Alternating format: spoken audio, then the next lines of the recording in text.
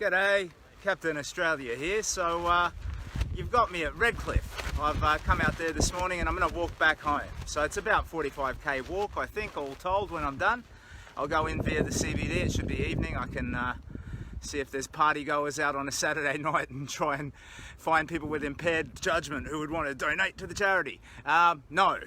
No, I do not wish to exploit. Donate with love. I do not want to manipulate anybody into donating. The cause is the Kids Cancer Project. So who am I? What am I doing? My name's Simon. I survived a stage 4 invasive head and neck cancer. They gave me 6 months to live. Last week on Wednesday, I was discharged from the hospital. I am no longer in their care. After a 5-year ordeal, they declared total metabolic treatment, cured of the malignancy. So I'm all good. I had a 40 to 60% chance at that, so I got lucky. But not everybody does, and that's the point. So I'm walking in support of a charity called the Kids Cancer Project, which tries to help the 950 children every year in Australia who are diagnosed with paediatric cancer.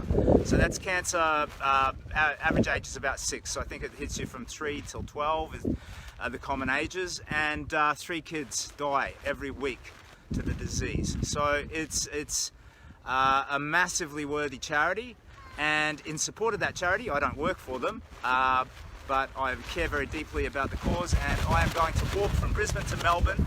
It's a pilgrimage for my own healing. It's to put cancer behind me, but it's also to draw your attention and support to this important charity. So I hope you'll look at me, enjoy the big walk, but look past me and see just how worthwhile that charity is. So there's links and all that sticky information in the main post thingo jiggo. You can figure that stuff out. You're better with that stuff than I am. So here we are, beautiful Redcliffe. As you can see, it's just ocean and ocean, oceans and ocean behind me. And I'm going to set up an over-the-shoulder stream, Captain Australia. I'm going to set up an over-the-shoulder stream and just go walking, head back to Brisbane. I'm going to see how long I can continuously stream for with my, battery, solar, blanket, power pack, all of that sort of stuff, and how long Facebook will permit a stream to run when I've got it set up over the shoulder. So I figure after 3 hours it'll probably shit itself, and if it does, I won't know because you'll be looking over my shoulder while we walk back to Brisbane. But if that happens, I'll just restart it. So all the best. It's probably going to be a very boring walk, but you're going to see some very beautiful country. Take care of yourself. Captain Australia signing out.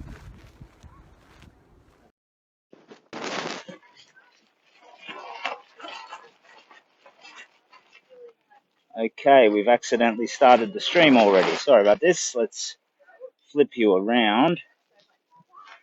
Make sure the camera is theoretically set up the way we need it to be.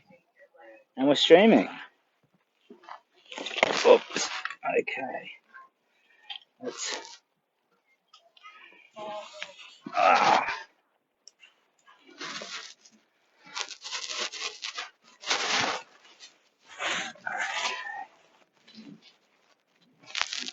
This needs to be a bit higher.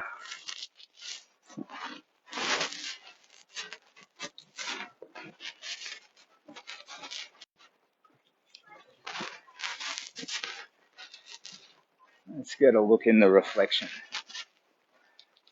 Okay, so it's not looking great. We need higher and straighter, and that's a little better. Let's see. That looks like it might be okay. No, it's turned in too far. Hang on.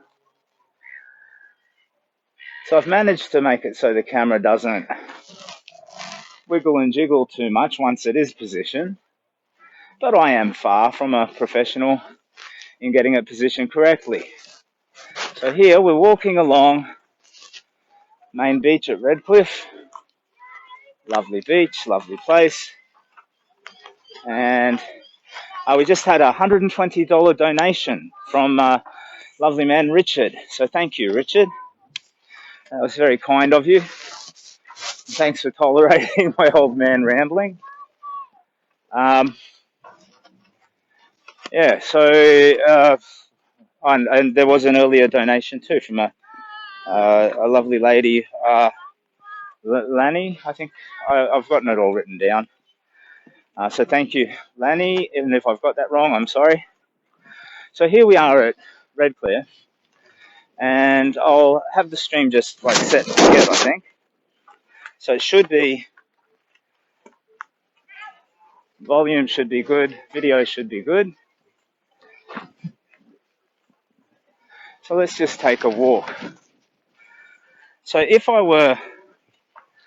today's walk were part of the big walk, I'd be setting out much earlier in the morning. But the thing is, in November, hottest part of the day will approximate what the morning will be like in high summer when I'm actually doing the big walk. So, it's good to get a bit of, heat and a bit of discomfort. But yeah, I'd get up in the morning, I'd do a quick 15, have some breakfast, do another 10, and then rest in the hottest part of the day. That way I'd have done 25k before lunch and do the other 25k after. Now, I might just pop out a quick 30. That sounds kind of dirty, doesn't it? But yeah, it's sort of, look, I'll do 15 and have a rest. I got to learn from these things. Like, there's this rubber band effect when you're walking where you, up to a certain point, you're just all good. You're in your comfort zone. And my comfort zone has extended because I've been walking since December. So my comfort zone, like the distance that I can walk and not really think about it, is probably about 15, 20k. But then after that, you get this sort of rubber band effect where it's like gravity starts to wear on you or something. So it's important to rest and stretch and, pace it out.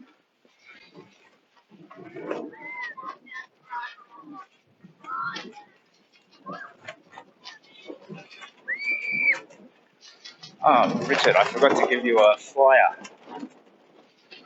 Oh, the flag's enjoying the wind. That's good. Let's see the camera position. Well, we'll find out.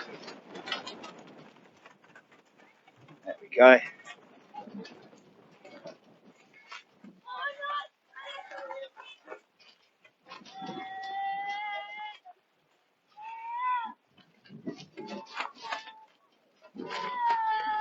What a lovely walk along the beach.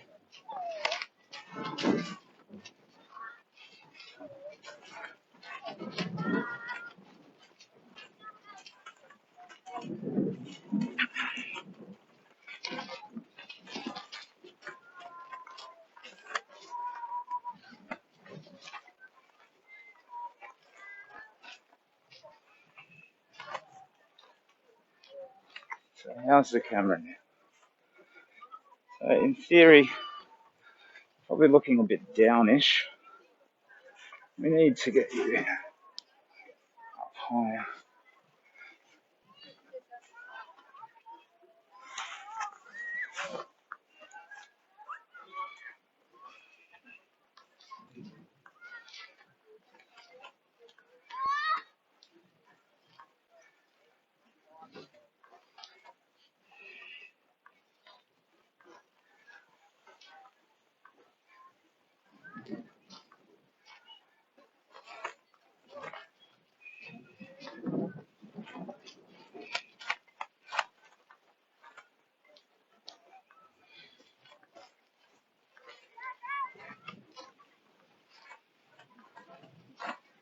Now, somewhere along here, there's a bridge that gets me across the Sandgate, I think.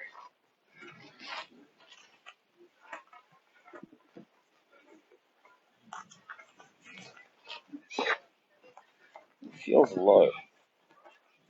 Let's see.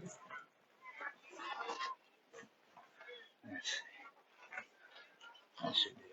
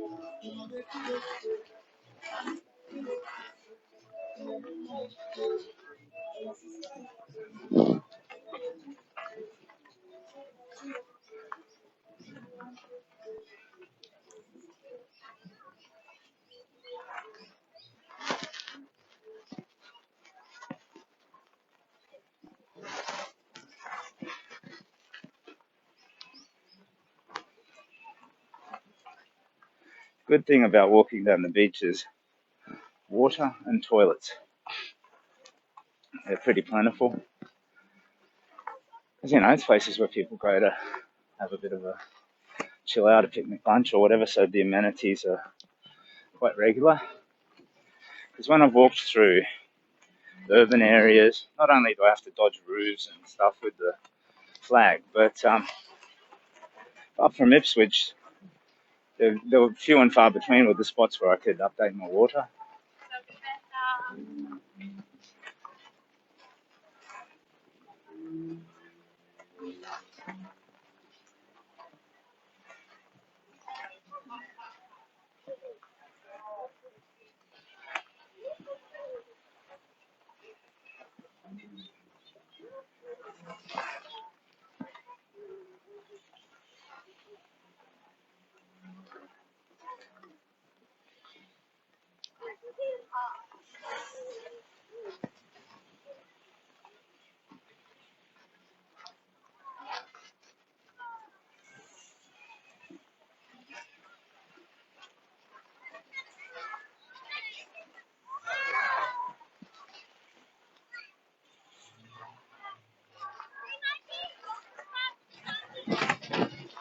The downside of constant streaming is I can't refer to the map. Or I smart or cached up, I'd get a GoPro or something and stream using that so I can have my phone to just stay in touch and research things as I'm on the hop. But I'm stuck with what I'm stuck with. And I'm MacGyvering up, just making do with what I've got. So, apologies for the quality. Surf lifesavers. Hey fellas.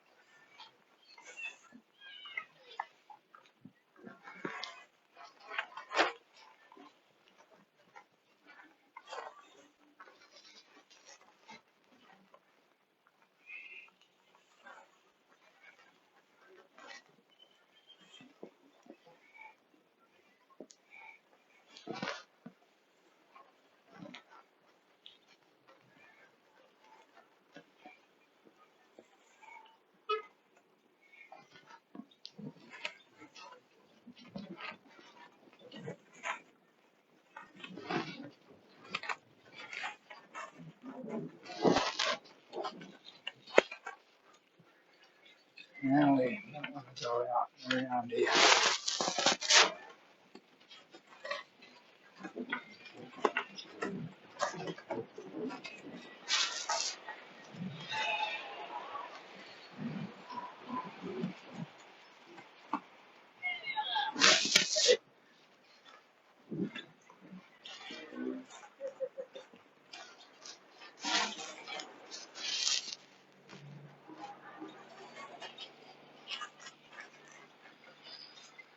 Let's go walk along the sand for a bit. I want to see how these boots manage with sand. When it's hard packed, it's fine, but this looks like it's sort of high tide or approaching it or on the way there or back from. So the sand, even near the water, will be soft. But let's have a go anyway.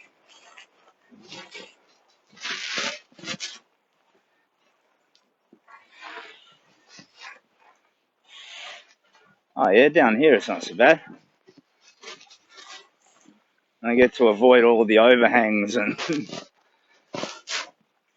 these little rest stops and whatnot. They all have roofs, but I either have to duck under or walk around. Okay, so it looks like too close to the water and it breaks up, too far and it softens. There's this sweet spot walking along here. It's not too soft, and it's not waterlogged and giving away. It's like hard packed sand. It's not that different to walking on dirt. You just got to pick your sweet spot, which appears to be about 1.5 meters up from the edge of the water. This may be something that everybody knows, but I, an aging fool, have learned a new thing.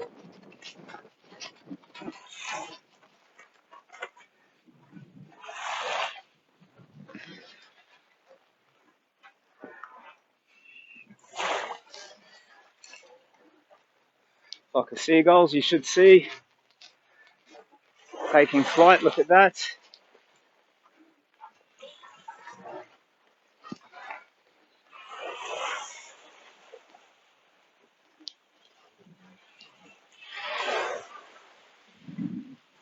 Let's see how these boots survive a bit of the old weather, a bit of the old elements. They've done okay in a storm. They've done okay at a distance, like 100k. So actually they've had a bit of a test.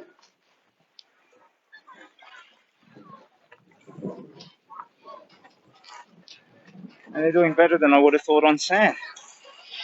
This is encouraging because there will be long stretches where I think I'll just go along the beach.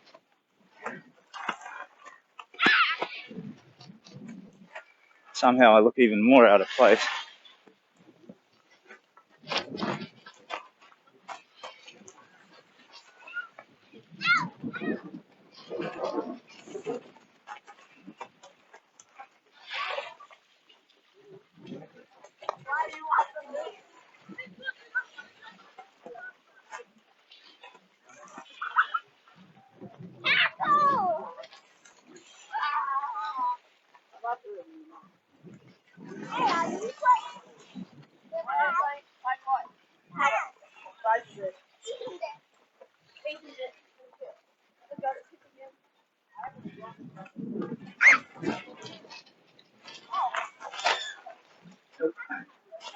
Yeah, there we are. The sand softens there. So when you get caught in a soft spot, it slows you down and increases the difficulty. You have to use different parts of your leg.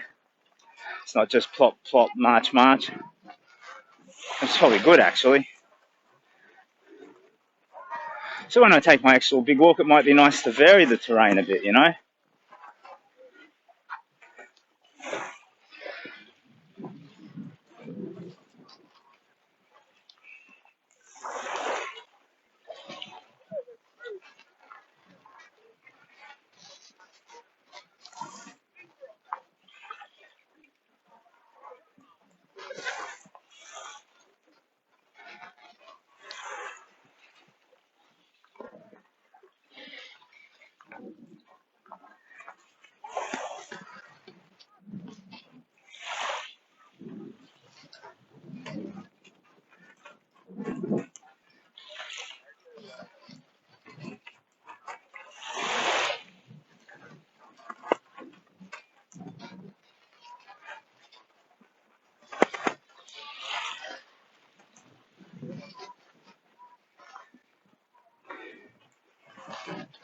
I reckon when it's good and hard packed, you could go at a normal pace along beach.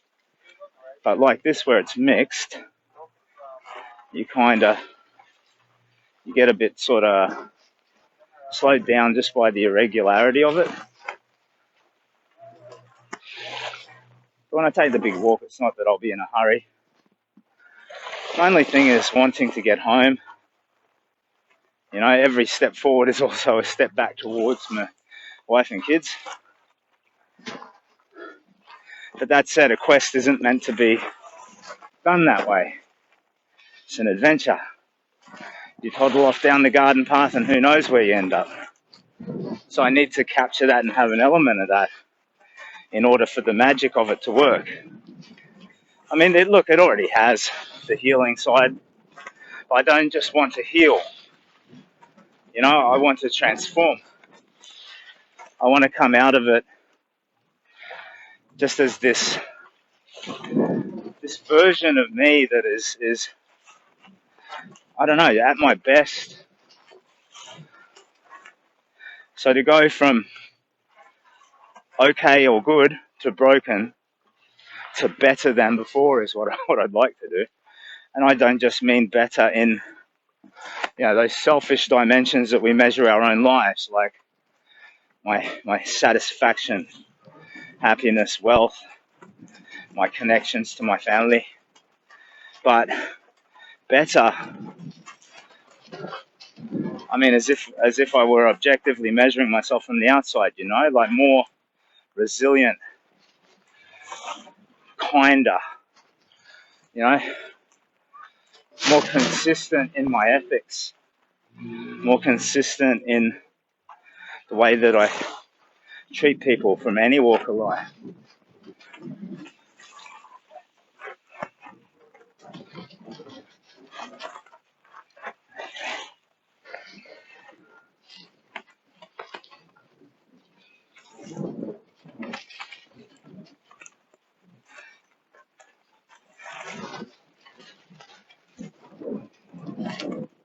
I don't know if you can hear me at all.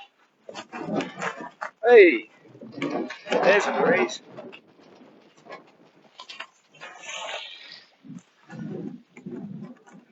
If I had a surfboard, I could probably use this thing as a sail.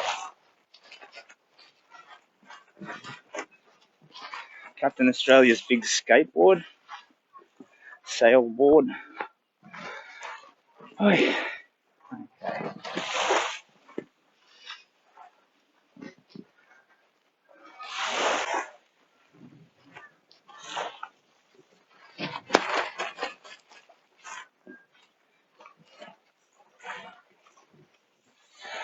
No, that's right, I cannot check my map. I might get off the beach up here because I think that the bridge is like a block inland. I don't want to overshoot and then find myself underneath the bridge that I mean to cross.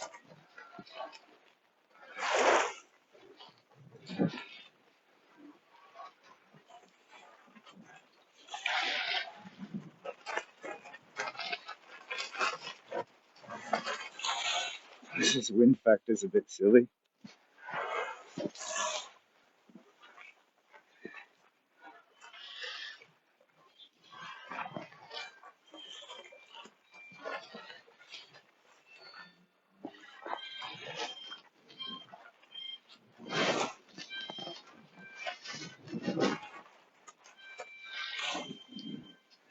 Playing a harmonica as he rides along the beach. For me, hands down, harmonica. Would I choose Neil Young or Bob Dylan? I mean, Bob Dylan's obviously the original, you know?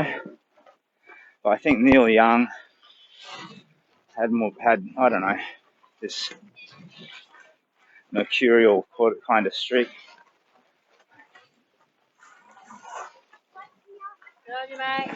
Hey, how you doing? Thank you. Cheers. Thanks very much.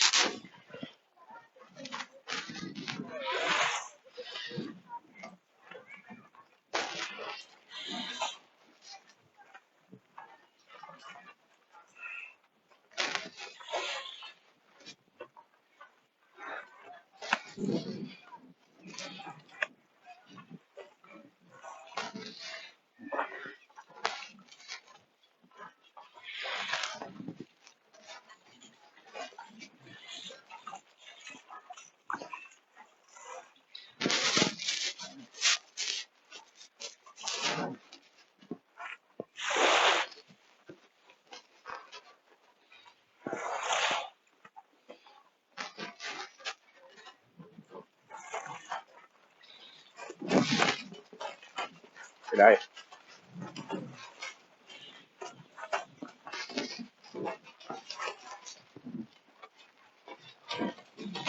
I might head up and veer. Oh, look at that. There's an old sailboat out there. I don't know if you can see that. Oh, that's very kind of you, mate. I've got a canteen. Are you sure you don't want it yourself? No, I'm alright. Is it very kind? That's so kind, mate. Thank you so much. I really appreciate that. Thank you. You're a legend. Absolute bloody legend. Thank you.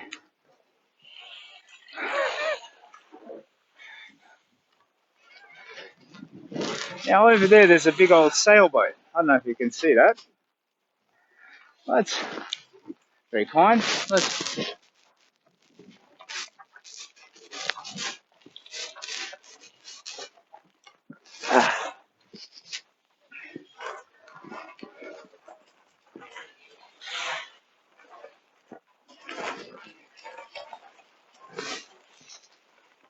You're still there on my shoulder, and hopefully this camera is improved over previous attempts,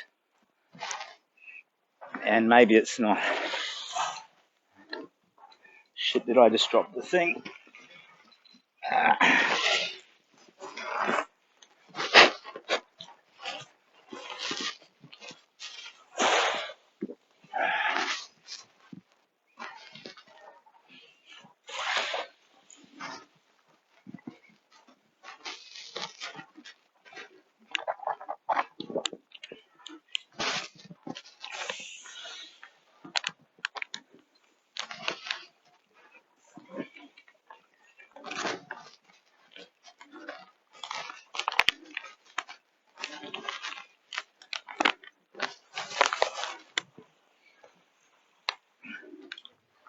Now look at this. We're balancing along.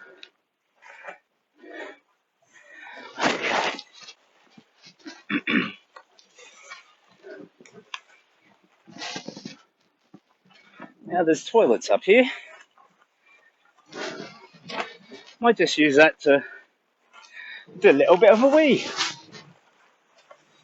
Also curious if the stream's going okay.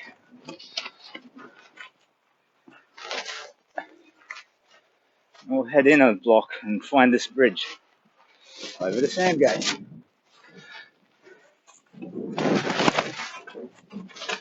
Okay.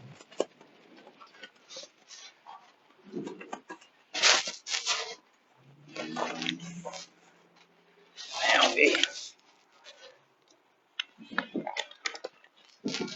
just cut this here.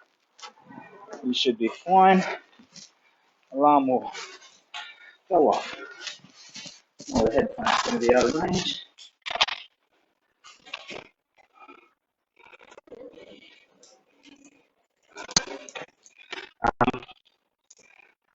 If the headphone is picking up ambient,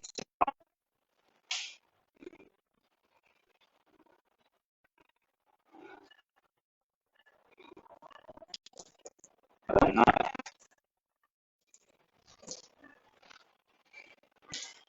You may hear me weeing right now, which is very gross or funny and gross, depending on how you look at things.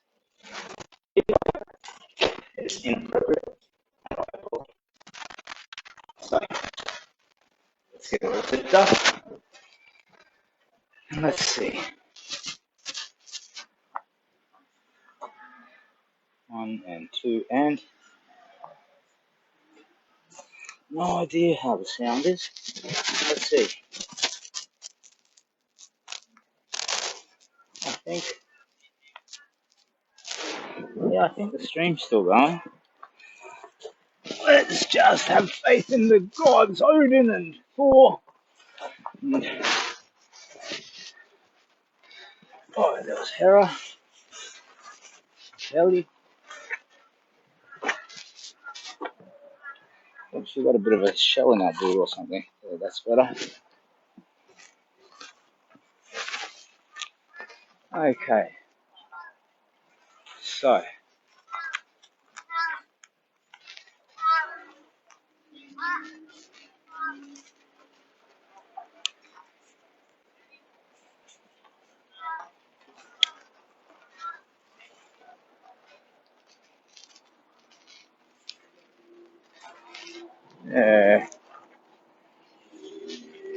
Well, it's not moving around, which is good. So we've got a bold step forward in that regard, but the orientation and angle I'm not 100% about.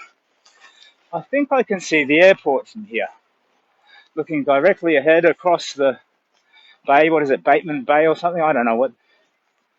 There's a bay. I think I can see the main tower of the airport and a few of the hangars, which means Woody Point. Okay.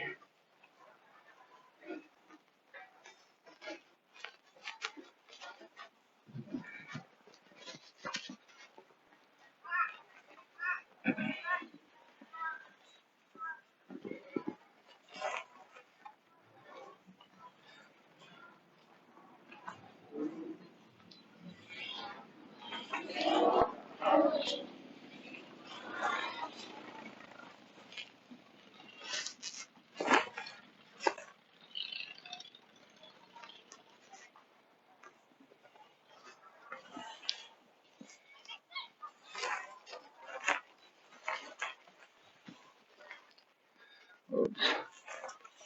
We have a birthday party up here.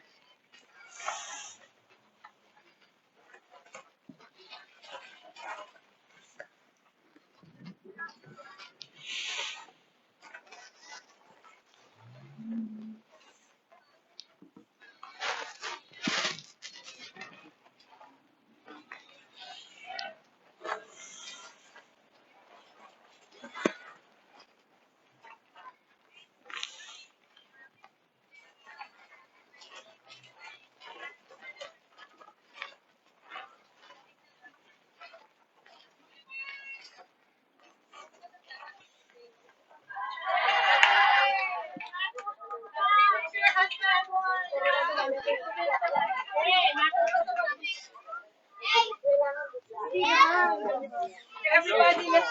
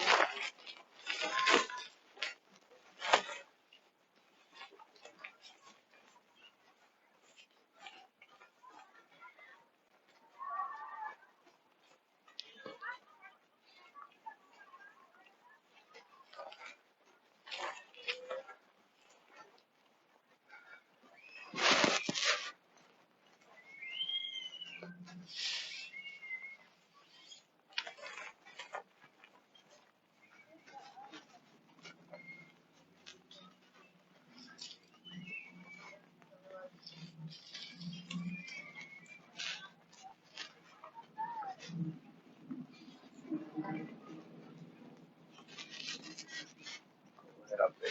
Yeah.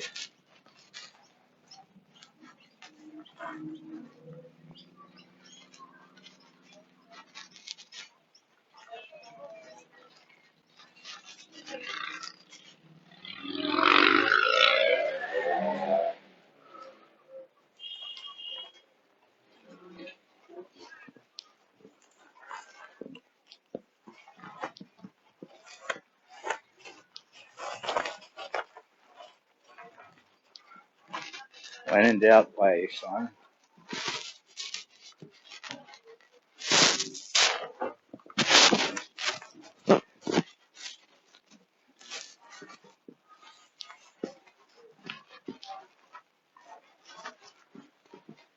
Well, that kid was tremendous. Ran over with a water bottle, nice chilly water.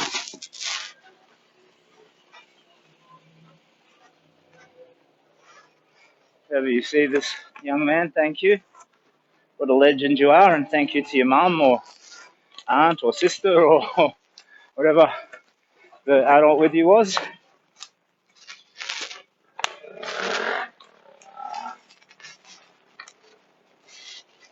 And I'll head up this hill.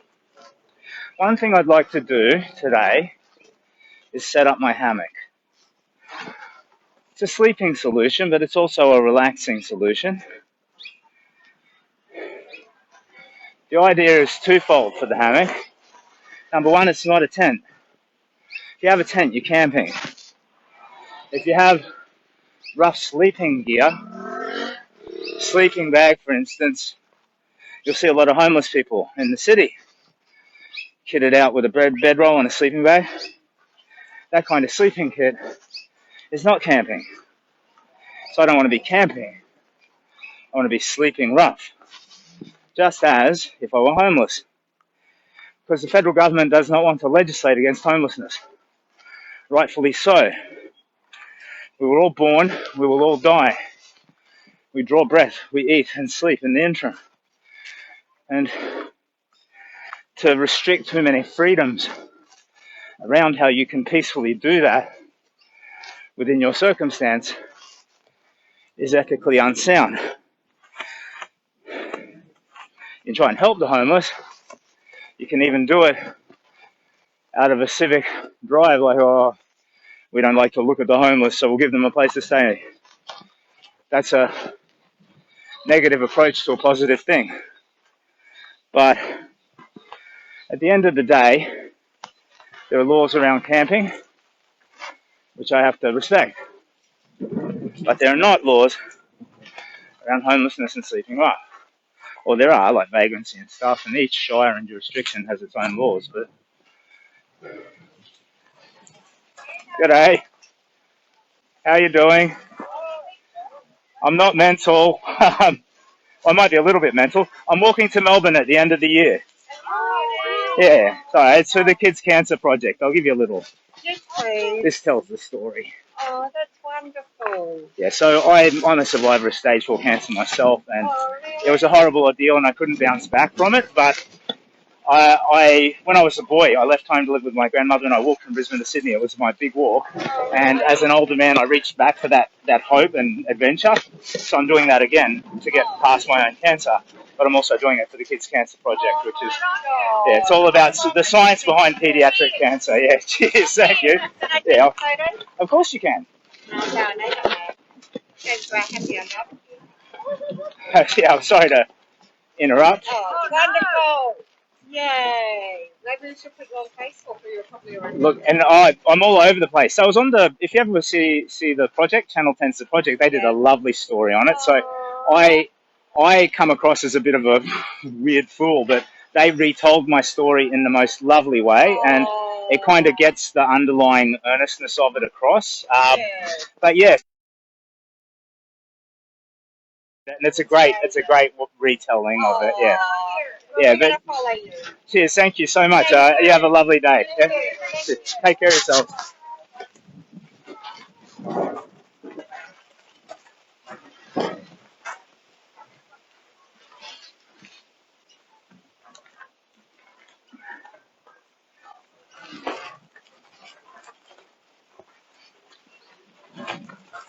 Okay.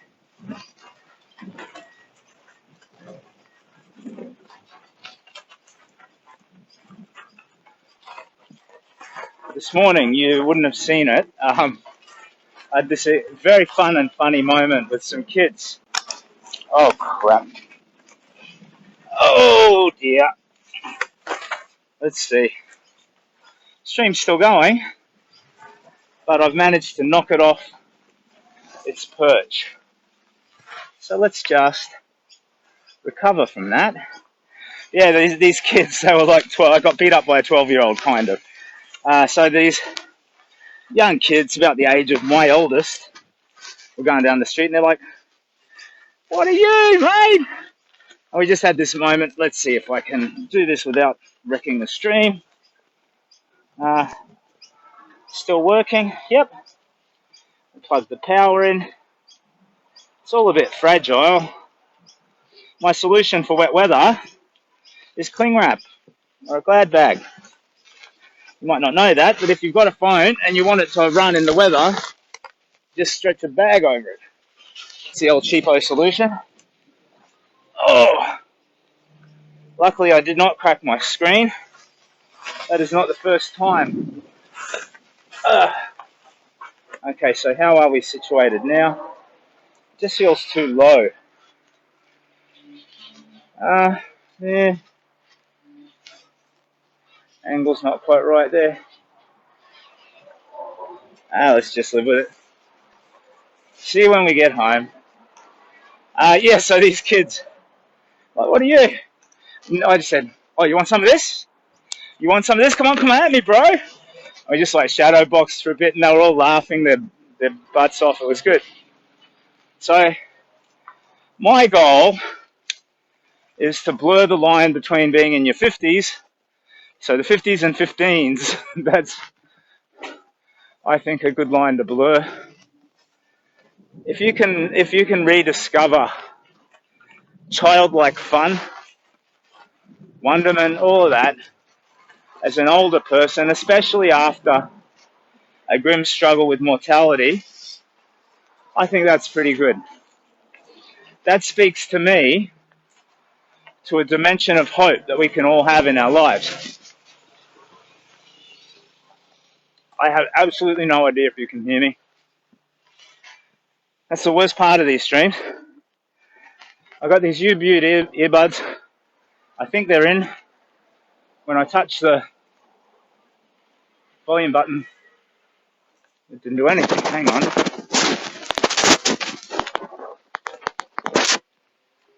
Oh dear. Let's see.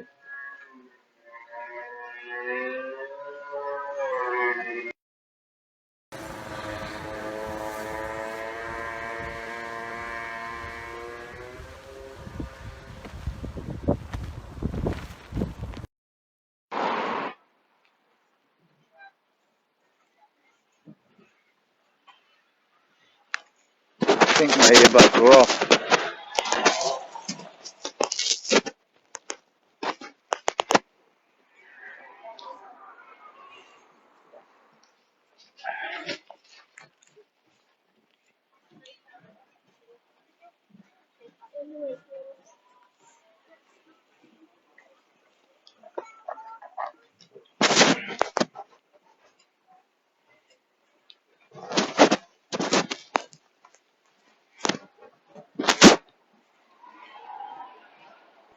Testing, 1, 2, 3.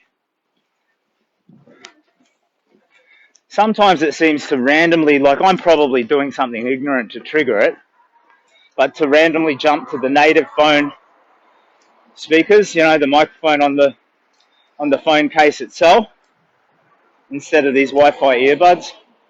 The Wi-Fi earbuds are quite good, and they have 2 different modes, so we can hear conversations.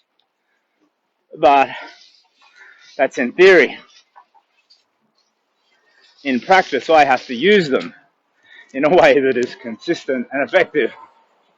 Oh well.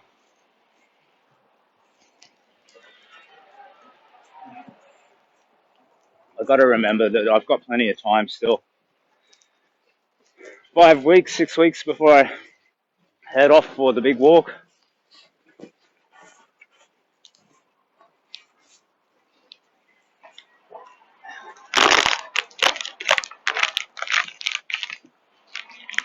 When people stop, I don't know if they want to talk to me or not. They could be stopping to check their phone. So I give them a little wave maybe if they're a bit shy, but I don't want to get in anyone's face. So I tend to take a go about my business approach. Ah, look, this lovely rock down there.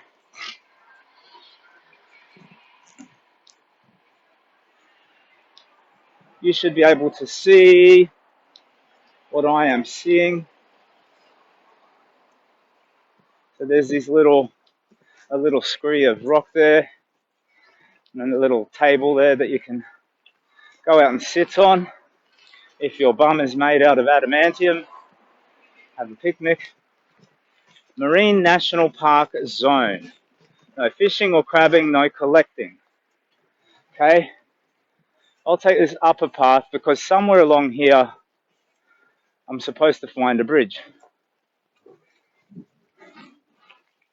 Because I'm running the stream, I cannot check the map. That's fine.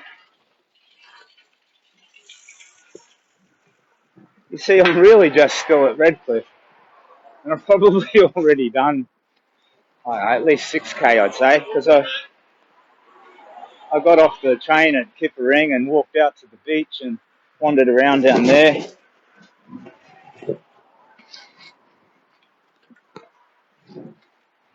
So when I plan, I need to factor in incidental walking, just in terms of the energy that I take in, the rest that I permit myself.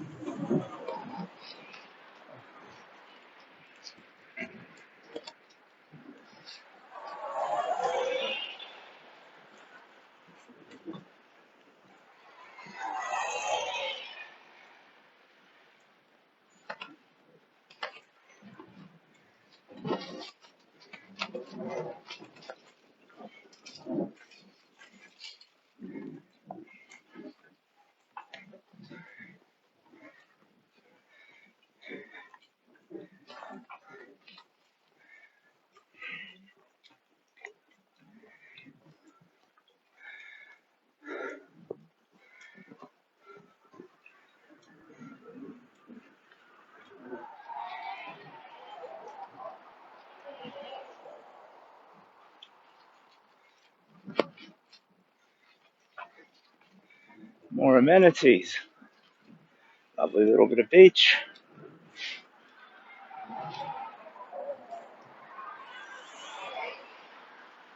Yeah, wherever possible, I think I'll stick to the coastline. Even when there's like long stretches between towns, that's fine, but you eventually find amenities. And like that said, most towns will have a park, library, a Coles, all that. But walking along a highway, A, it can be unsafe, uh, and B, it's less consistent that you can expect to see sort of amenities.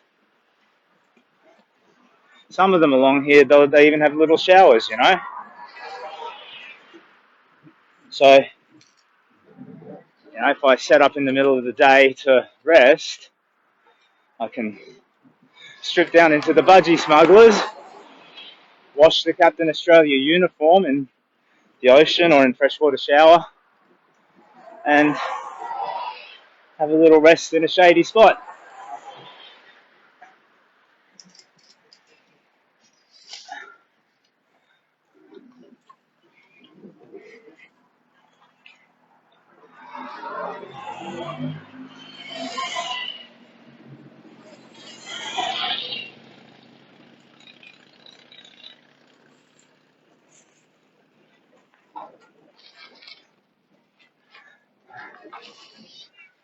Okay. Redcliffe. Riggedy, riggedy, Redcliffe.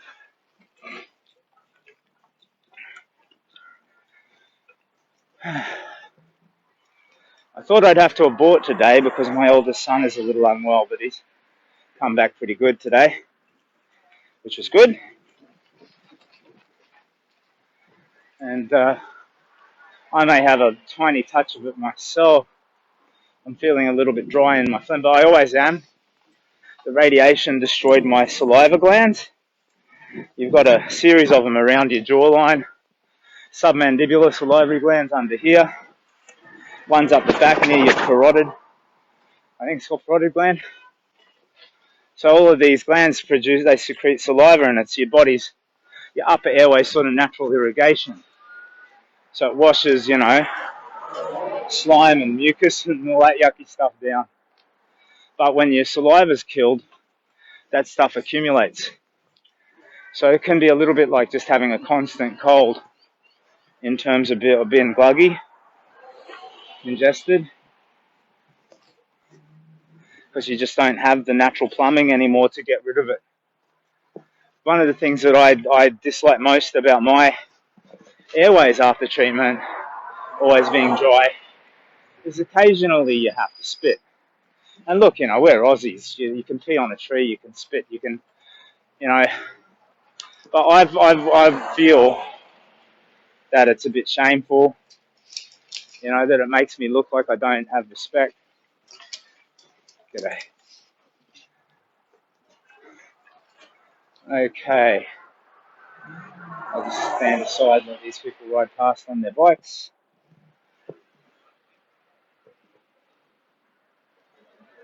Thanks, man. Cheers, man.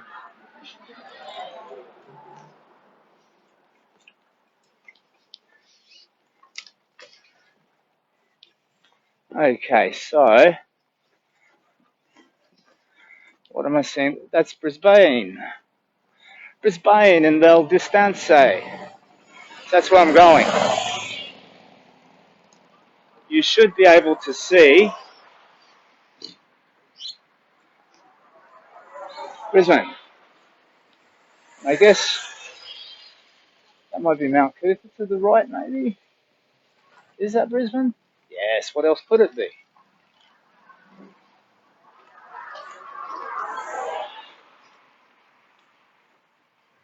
I don't know. Perspective is a bit weird. Oh, there's that bridge that I want to cross over, I think. Further away than I thought. Jeez. Walking is not the smartest way to get anywhere, Captain Australia. It's healthy, it's wise, but it's not smart. HMQS Yanda. Oh, that's right, there's a little wreck down there. It's like a marine historical site or something. I've seen this before, but a long time ago. Or maybe it's, I don't know, I can't see it. Let's see if we can get a glance.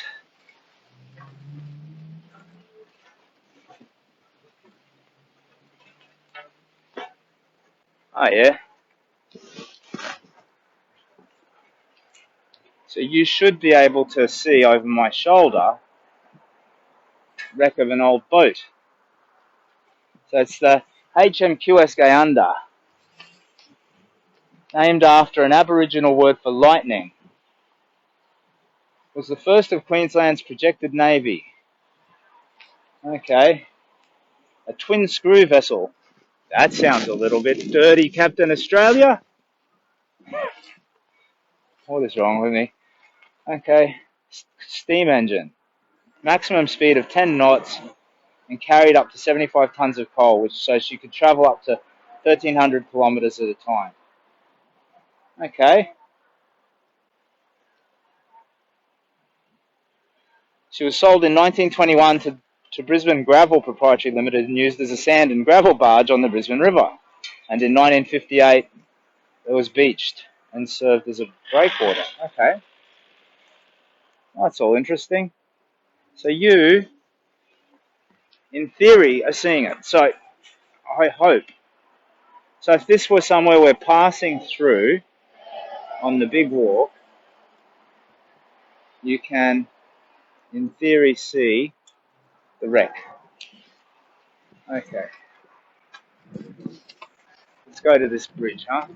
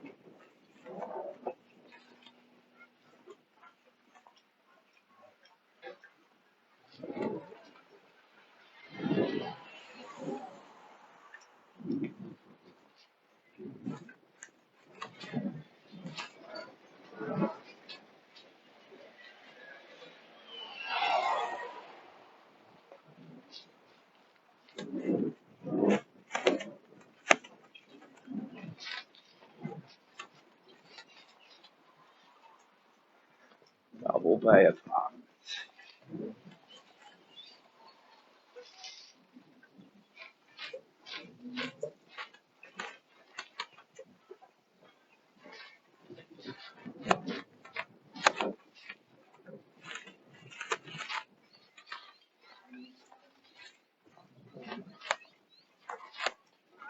G'day, how you doing?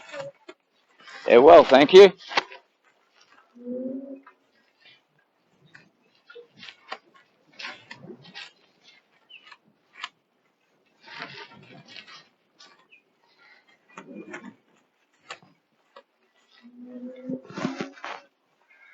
Always say g'day.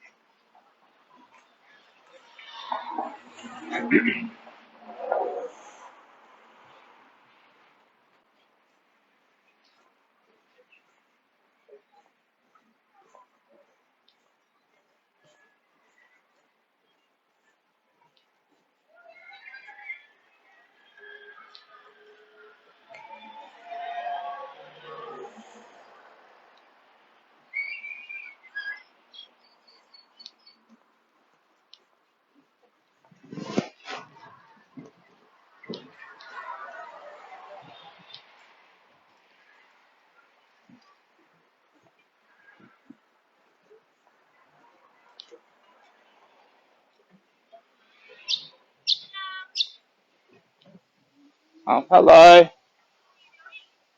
I'm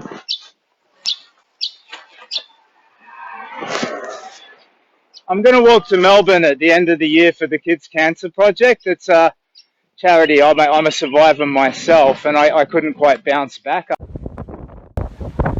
G'day, Captain Australia here. So let me just do a quick shout out to Richard, Cameron and Lanny, who all made roadside donations as I've been walking along through Redcliffe. I'm still in Redcliffe, so I've gone down the beach line, and I found the bridge, which you should see behind me, kind of, not very clearly. But I've noticed that while doing the over-the-shoulder streams, the phone wasn't charging. So I'm just going to carry it for a bit and get it back up to 100%, and then I'll start another stream in a little while. Again, the goal is to see if I can get a stream running consistently, but so far this dodgy, I don't know if you can see it, so this is a power bank that it should carry about 4 phone charges worth of power. We've got, g'day, cheers mate, hey Damien, how you doing? So I'm just giving a brief hello and a shout out to some donors. I'm going to start another over-the-shoulder stream in a bit, but I'm going to let the battery get back on my phone first. So I'm working with some pretty caveman level equipment, and I'm having to MacGyver up for science. So I'm still in Redcliffe, and I'm just going to toddle over to the bridge across the bay. But yeah, cheers, thanks for checking in, and I'll do a nice over-the-shoulder stream, hopefully get attacked by a snake or something fun will happen, who knows. Why would I say that? I don't know. Dory, Captain Australia. All the best. I will get walking, and I'm just going to let the phone build up a bit of battery before I stream again. Take care of yourself. G'day, Captain Australia here again. Now, once more, the universe seems to conspire against our bold hero. I don't know what the deal is, but I had the same problem in my Ipswich walk the last weekend, where the power, the solar charger, the portable power pack, they just seem to intermittently spurt power to the phone and then stop altogether. I don't know if it's the cable, the port, or the charger, and what it actually does is, rather than helping the battery, undermines it. But I've been able to get about 30% battery back, so I'm at 60%. So we're going to do a bit more of a stream, but it might conk out after a couple of hours, so I'm just going to set it up and walk. We're about to cross this bridge and head down into Sandgate and Northgate and whatnot. Let's just set this up, okay? Alrighty. Let's see. That position should be roughly okay. Let's see if that's prone to moving around. No, that doesn't look too bad, Captain Australia. So I hope you can hear me all right. And I don't know what the deal is with this battery stuff. I invested in the technology and it's not yielding fruit, or the fruit is not fully formed and nourishing. So I'm going to have to muck around and do a bit of reading and figure out what's going on. But I should just be able to plug my device into the power bank and draw power, and that's it. Simple.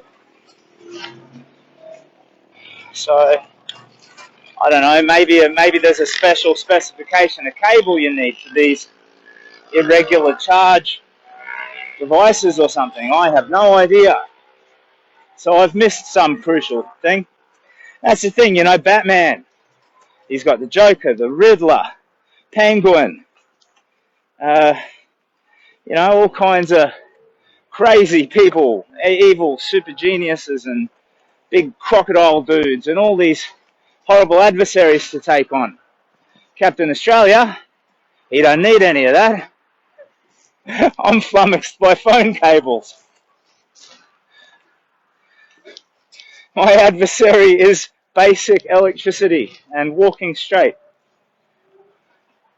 Anyway, we're going to scoot across this bridge and then to Sandgate, Northgate and Brisbane.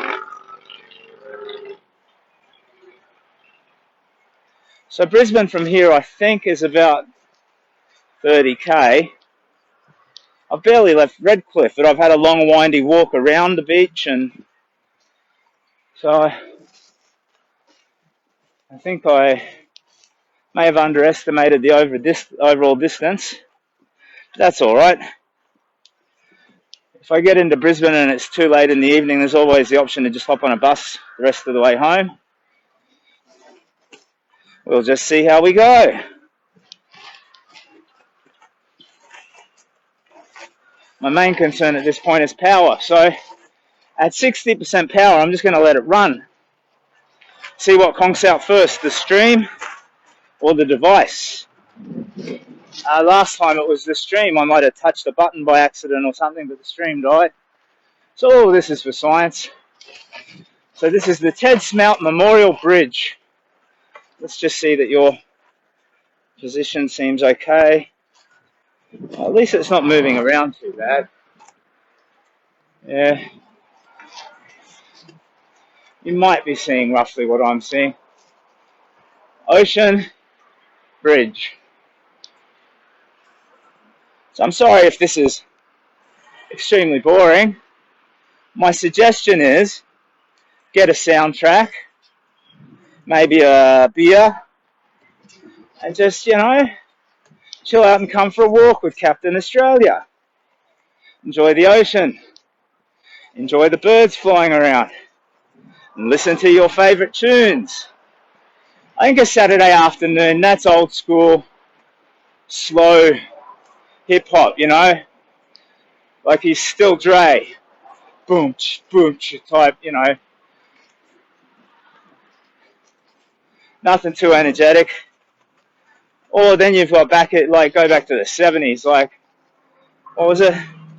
Summer breeze. Don't sing, Captain Australia, sorry. Drifting away. Alright. Yeah, you got all that. There's some lovely folk music back then. There were bands like Ambrosia. If you've never heard of Ambrosia, have a look. It's old fogey music. You might like it. They have lots of like sort of one-hit wondery ones too, like what's it? No, this wasn't Ambrosia. This was what was his name? Benny Alvarez or something. She's just 16 years old. Leave her alone, they said. La da da da da da. Do do do do do. Jeez. If I could fly, I'd pick you up and take you into the night and show you love like you've never seen. I know, sorry, can't sing. I can't sing, can't rap, Often struggle to walk. Here I am pushing across this bridge, mad sail flapping in the wind. I'll be lucky if I don't get lifted off and go flying over there. Yeah, we need some music. Saturday afternoon, that'll make the stream watchable. I have permission from the Proclaimers to use their song, I'm Gonna Be 500 Miles, and from the Hoodoo Gurus to use their song, 1,000 Miles Away. I wrote a personal letter to both of those bands and said, I'm going to do Captain Australia's Big Walk, and your songs are just sort of kind of perfect. They're both about 1,000 miles, which is about the distance I walk, being away from the people you love. The only other one I didn't write to them, but I think would be nice is, Powderfinger.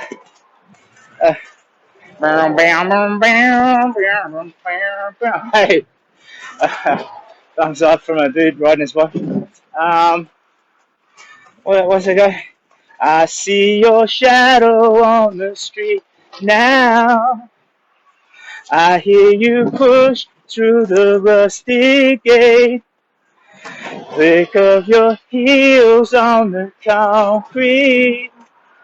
Waiting for the knock, coming way too late. So you come in and put your bags down. I know there's something in the air. How can I do this to you right now? You're over there when I need you here. My happiness slowly creeping back. Now you're at home. If it ever starts sinking in, must be when you pack up and go. The reason I'd want that one is it's all just about being apart and getting back together with the people you love. That's going to be the hardest part of my big walk, I think, being away from my family. But that said, I think sometimes you need to be alone in order to fix a problem. You know, like a pilgrimage. And that's part of what I'm doing. And part of that is for them. So it's an investment we're making together. Fix myself up. Because I don't just want to be, Dad 1.0, as good a dad as I was before. And I think I'm a good dad and husband 1.0. And I don't know, I'm not even dad and husband 2.0. I want to be uber, ultra, mega dad. Uber, ultra, mega husband. I want to bloom. I've got this extra chance to come back to life. So for me, the big walk is about a lot of time under the sky, a lot of time to think and feel, unpack, to build on and test this platform of hope that I've created in my life. Make sure that it's strong and robust, as I believe it is. Oh man, the wind on this bridge is phenomenal. I feel like what was that famous mime, Marcel Marceau, walking against the wind. But I am literally walking against the wind.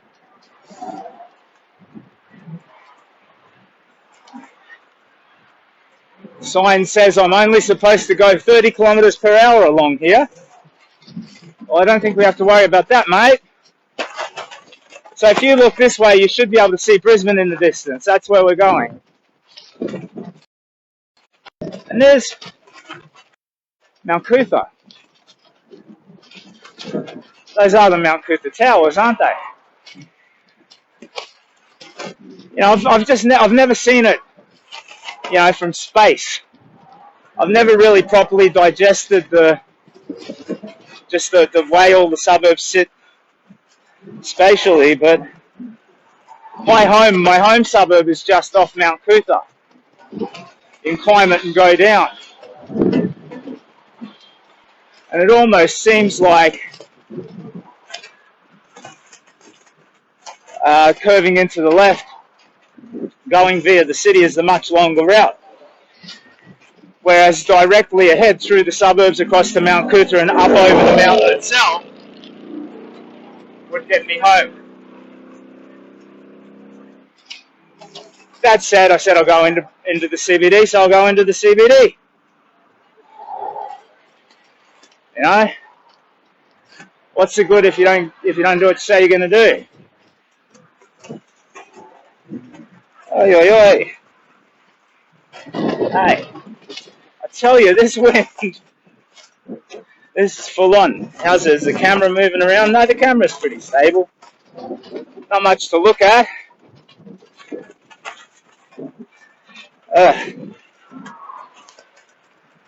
So we should have good sound. The camera should be okay. The last stream cut out prematurely for some unknown reason.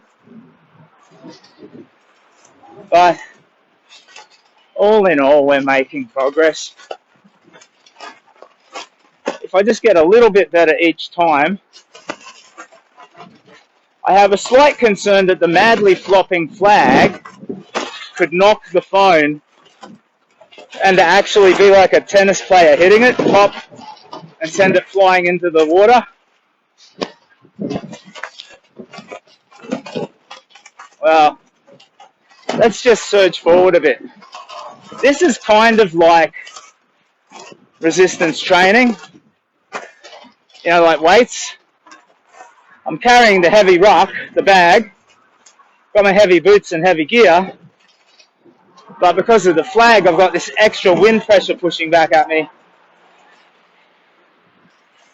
which if I wanted to contrive of a way to train, you know, it's actually a pretty good one.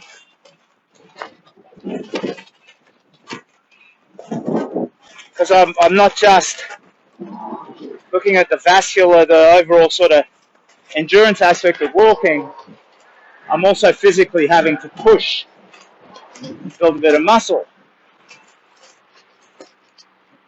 G'day, how you doing? How are ya? This is a bloody long bridge.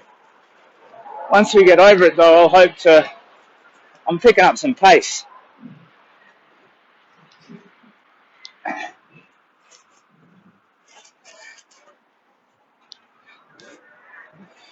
Oh man, woman, transition, whatever you are. I mean, I just had an epiphany, a moment where I realized that I have a fundamental change in myself, in the way that I look at things. You can have temporary changes. You can try on different, you know, personalities for size and whatnot. Profound, enduring change usually grows out of trauma, in my experience anyway. But I just realized my normal narrative would be, oh, geez, this is hard. Okay, let's break the problem down, deal with it, solve it, get through it. So here in the case of this long road, there's wind. The slower I go, the higher the difficulty is, because it just, you know, the rubber band effect. So problem solving is to actually, yep, let's button down and push through. So that's my natural approach. It's a problem solving approach. But I realized when I started to say it, I feel differently about it. It's like the inflammatory problems I had after the vaccination. I didn't want to just turtle up and get through them. I wanted to lean into them, you know. If I was having leg cramps, I wanted to walk, not rest, you know. And I just realized, as I was saying, you know, oh, we better get this over with as soon as possible. Yes, I will push through because it's the smartest way to attack the problem. But my motivation isn't to finish it as soon as possible. It's like, bring it on, you know, and then we'll move on to the next problem. So I've changed. I'm changing. Okay. I wonder how long this bridge is. Looks like it's almost a K.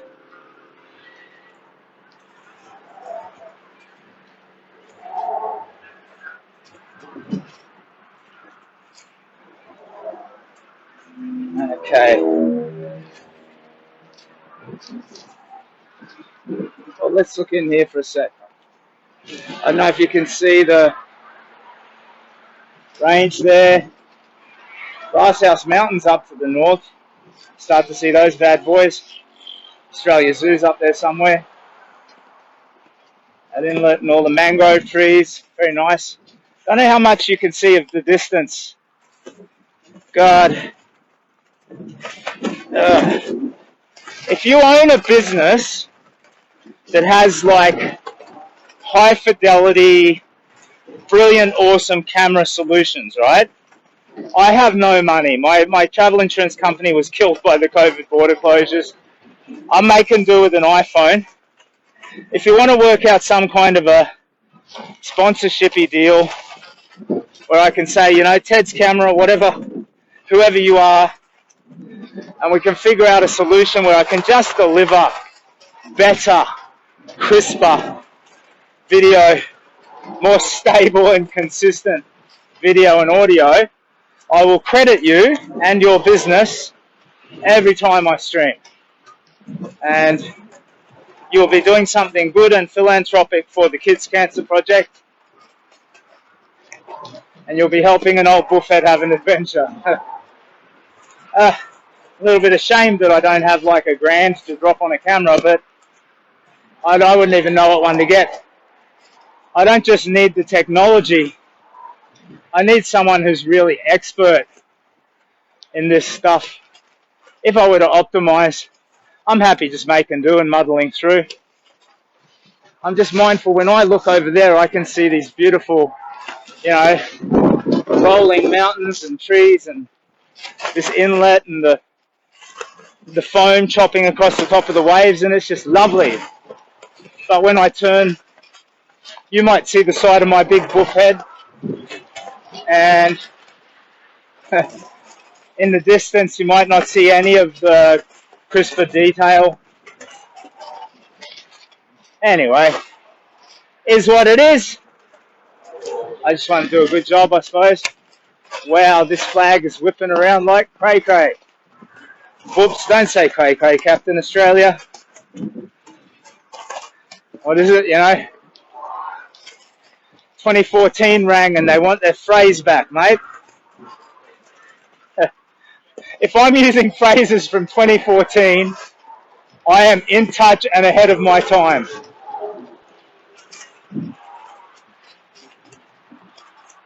It's like if I dabbed, I might be 10 years behind you, but I'm 10 years ahead of where I was. But we got a wobble.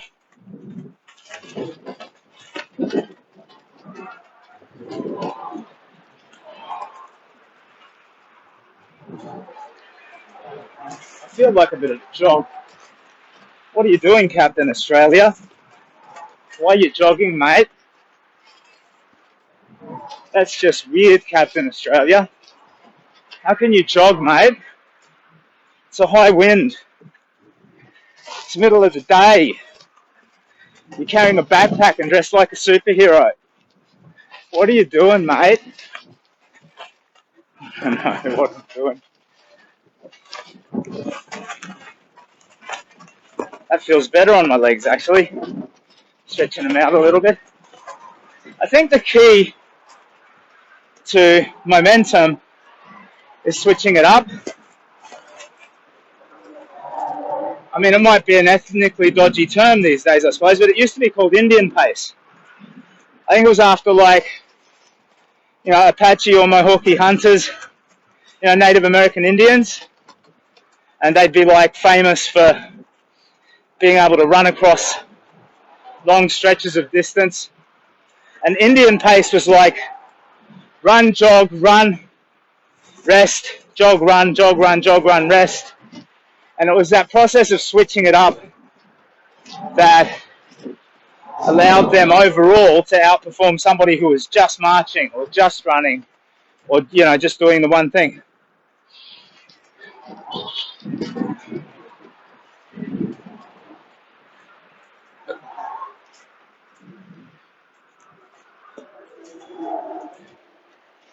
Anyway, looks like there's a jetty over here.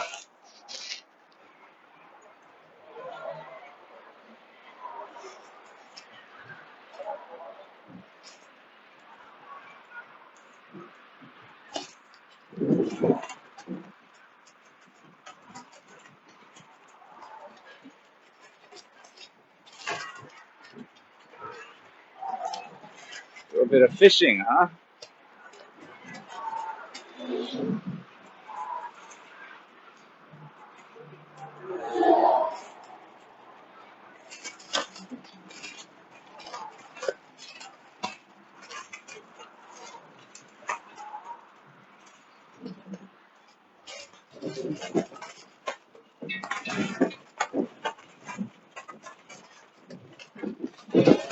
Hey, come on.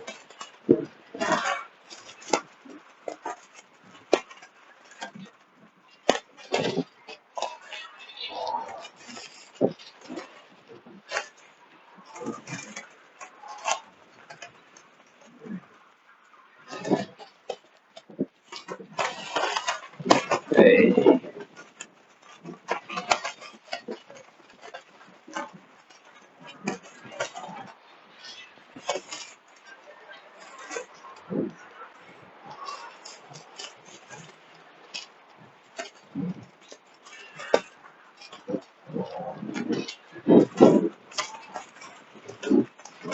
Wow, that's intense now. That wind. It's not on me, but the flag. I don't know if you can hear it. Ah, whoa. It's making it so I can't move in a straight line. So this is great exercise. I just hope it doesn't damage the straps on my bag.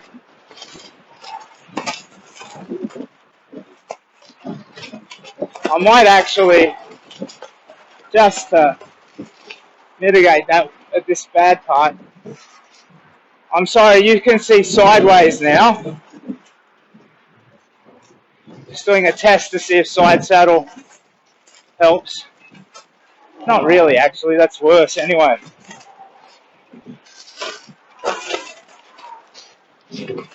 How are you? You all good? Okay.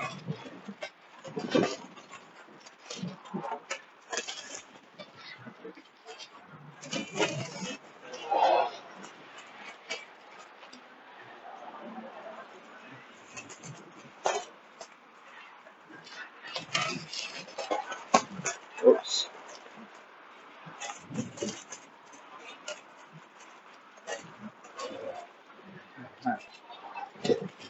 Okay, oi. Whoa, daddy. Oi, daddy. I feel like I'm riding one mechanical bull. Every so often it just sort of whips off to the left.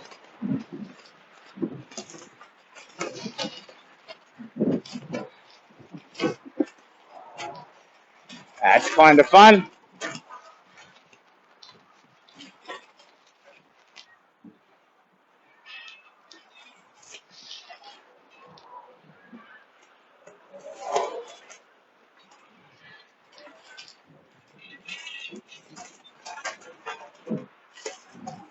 Oh dear.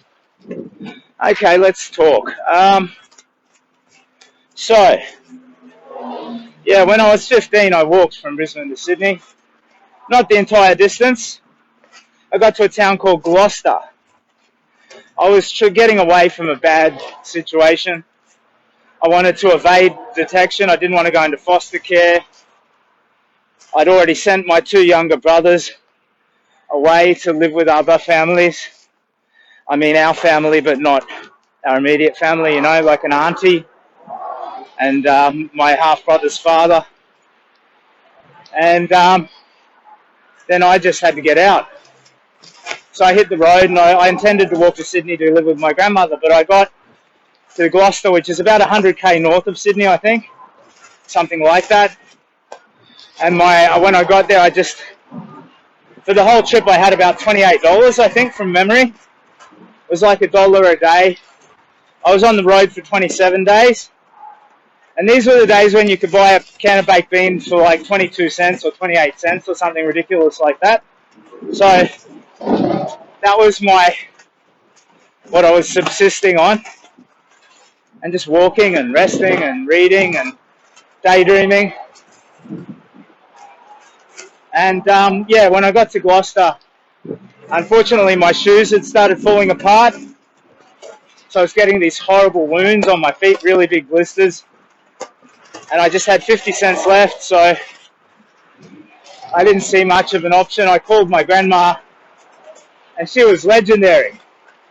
She rang the local trains master, bullied him into issuing me a ticket, which she paid for at the post office or something. This was all before credit cards and all of that stuff. Maybe she paid with traveller's checks, I don't know. But she was able to secure me a ticket, and I think she used the fact that I was a minor child, and she, just bullied him. You can't refuse to do this. This is a minor child. He's in danger. Blah, blah, blah. And she was, pardon me, she was magnificent. So I got to Gloucester, and it was a train the rest of the way. And I lived with her for 2 years until she died from bladder cancer.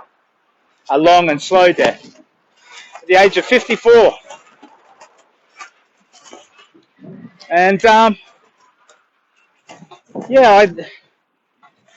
don't know. I think my cancer was more invasive, but the treatment options these days are better.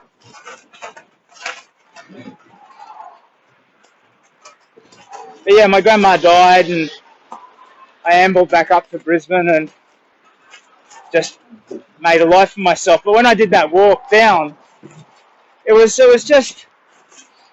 pure adventure. It was hope when I felt that my life had no real hope. That there was just, broken everywhere. I couldn't fix the people around me who were broken. I was becoming broken myself as a result of their problems, not developing in a hopeful way, optimistic way.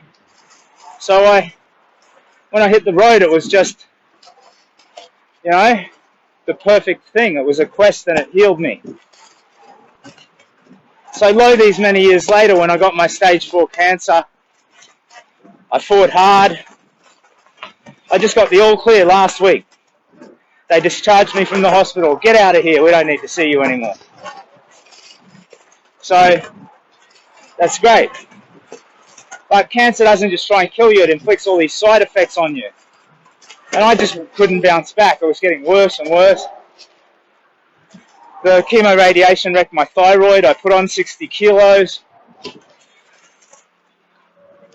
Pain, daily pain, cramps, problems swallowing, sometimes waking up in the middle of the night choking.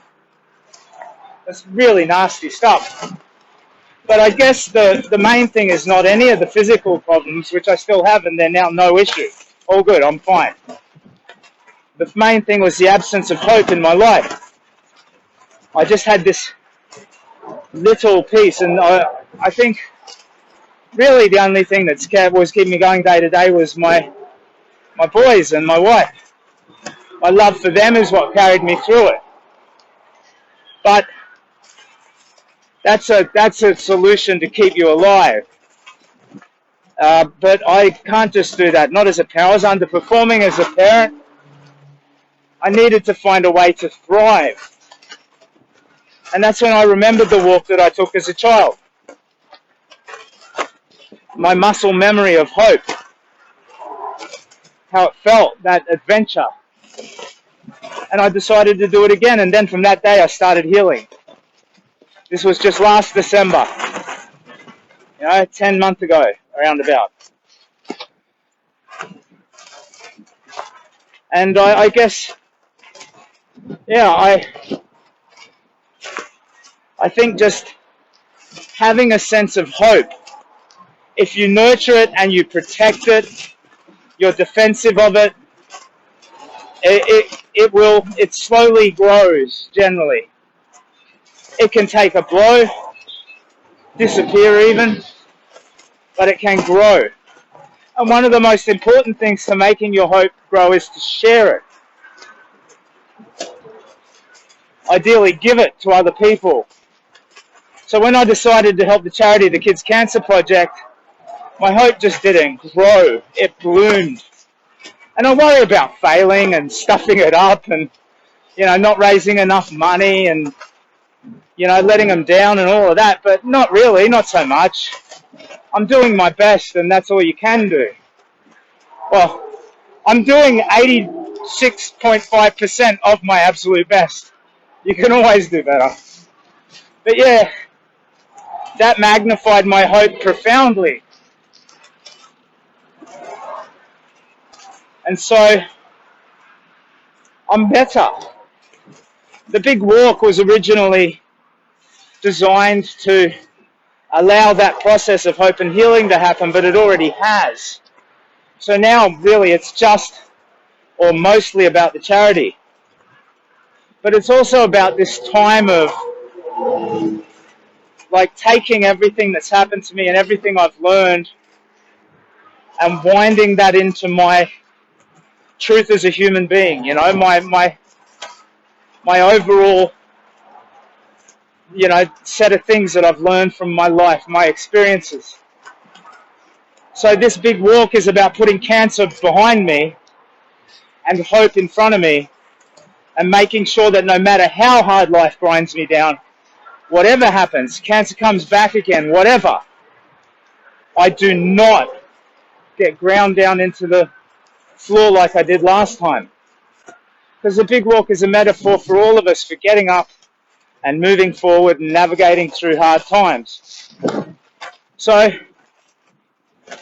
the Kids Cancer Project is the center of it all now.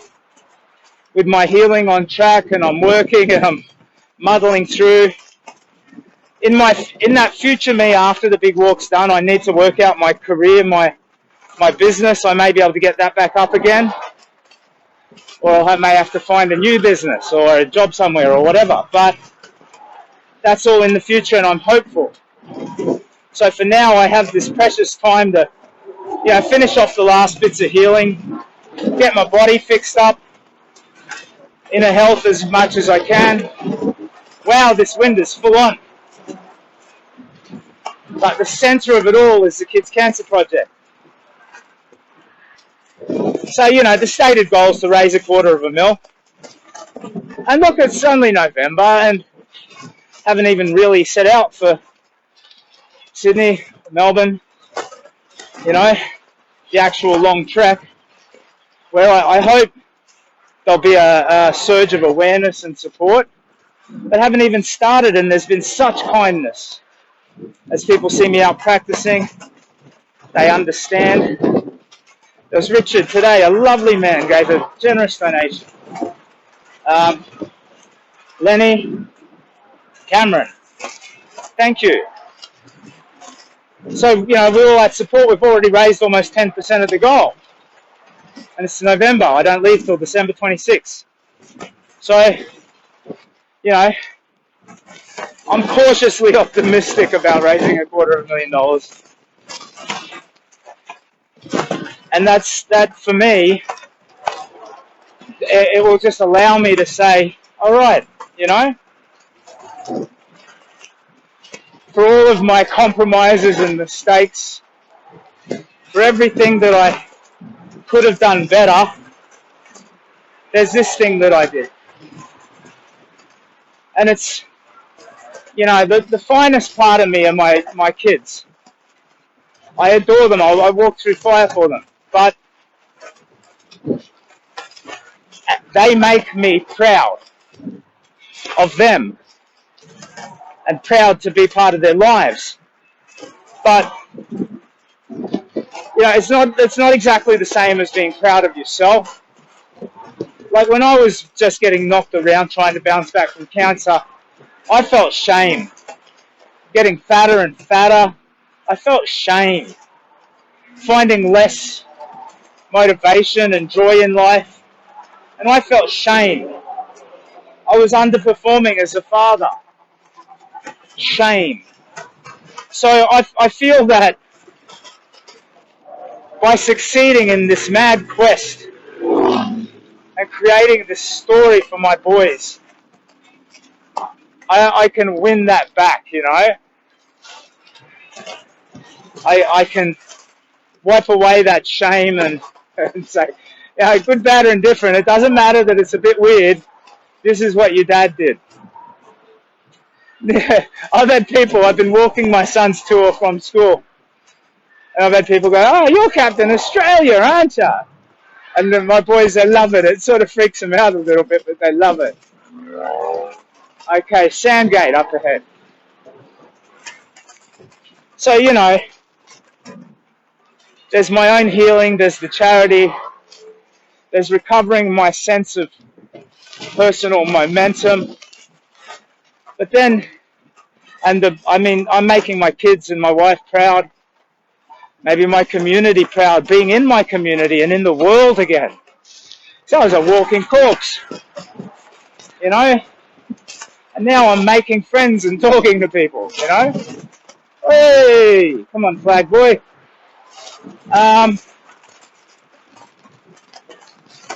But then there's this very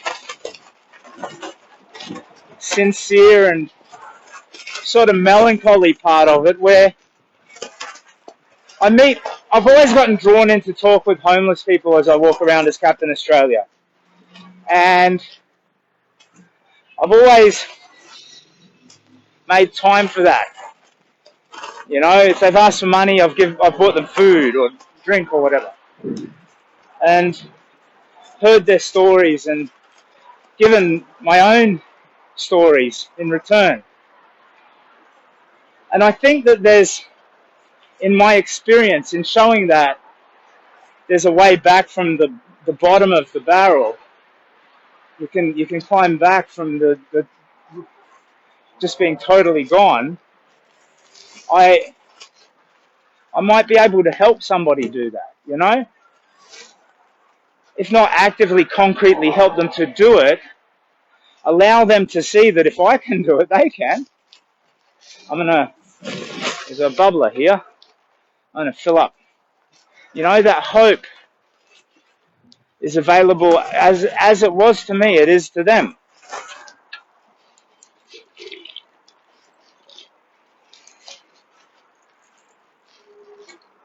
That's good. Hey.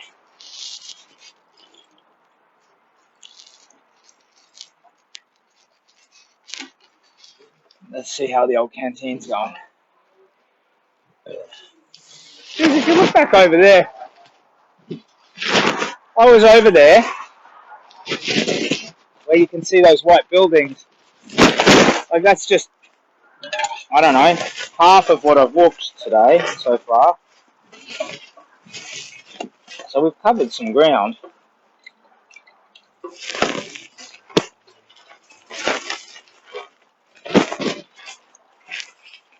Just filling up the old canteen. There we go. Maybe top up the old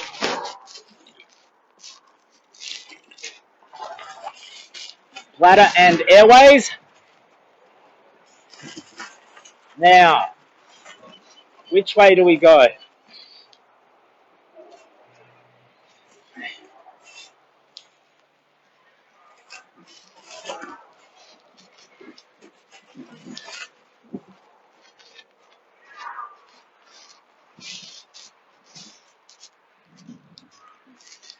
I want to know which way to go.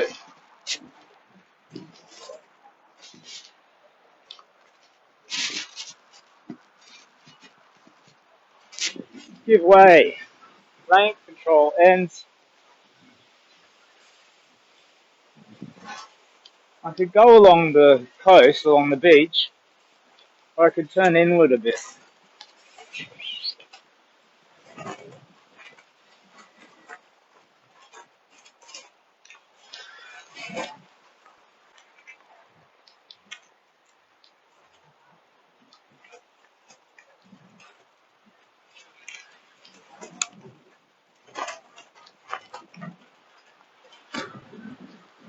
Right, city of Brisbane. Okay.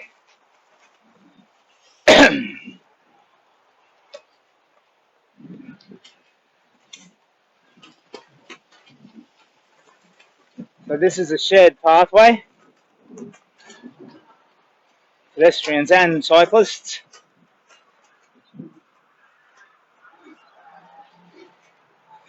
Most people are great. Even when you're screwing up, people can kind of look into your motivation. If you're dodgy, they'll give you a bit of leeway. And if your heart's in absolutely the right place, they'll give you a lot of leeway. But every so often, there's just a bit of rage out there. Like the other day, I came across a path like this one, but I joined it in the middle. So there was no signage. I had no way to know that it was a cyclist path. Another path even ran into it, so you could argue I was led onto it. It's not like I just stumbled out of the forest onto it. I accessed it from a footpath, and there was no sign explaining it was bike only. As I'm walking along, this old man in his, tight lycra, all sexy and neon, comes riding towards me, but yet the rage on his face. Like, look at you, any unfriendly word that I could think of was no doubt in his mind.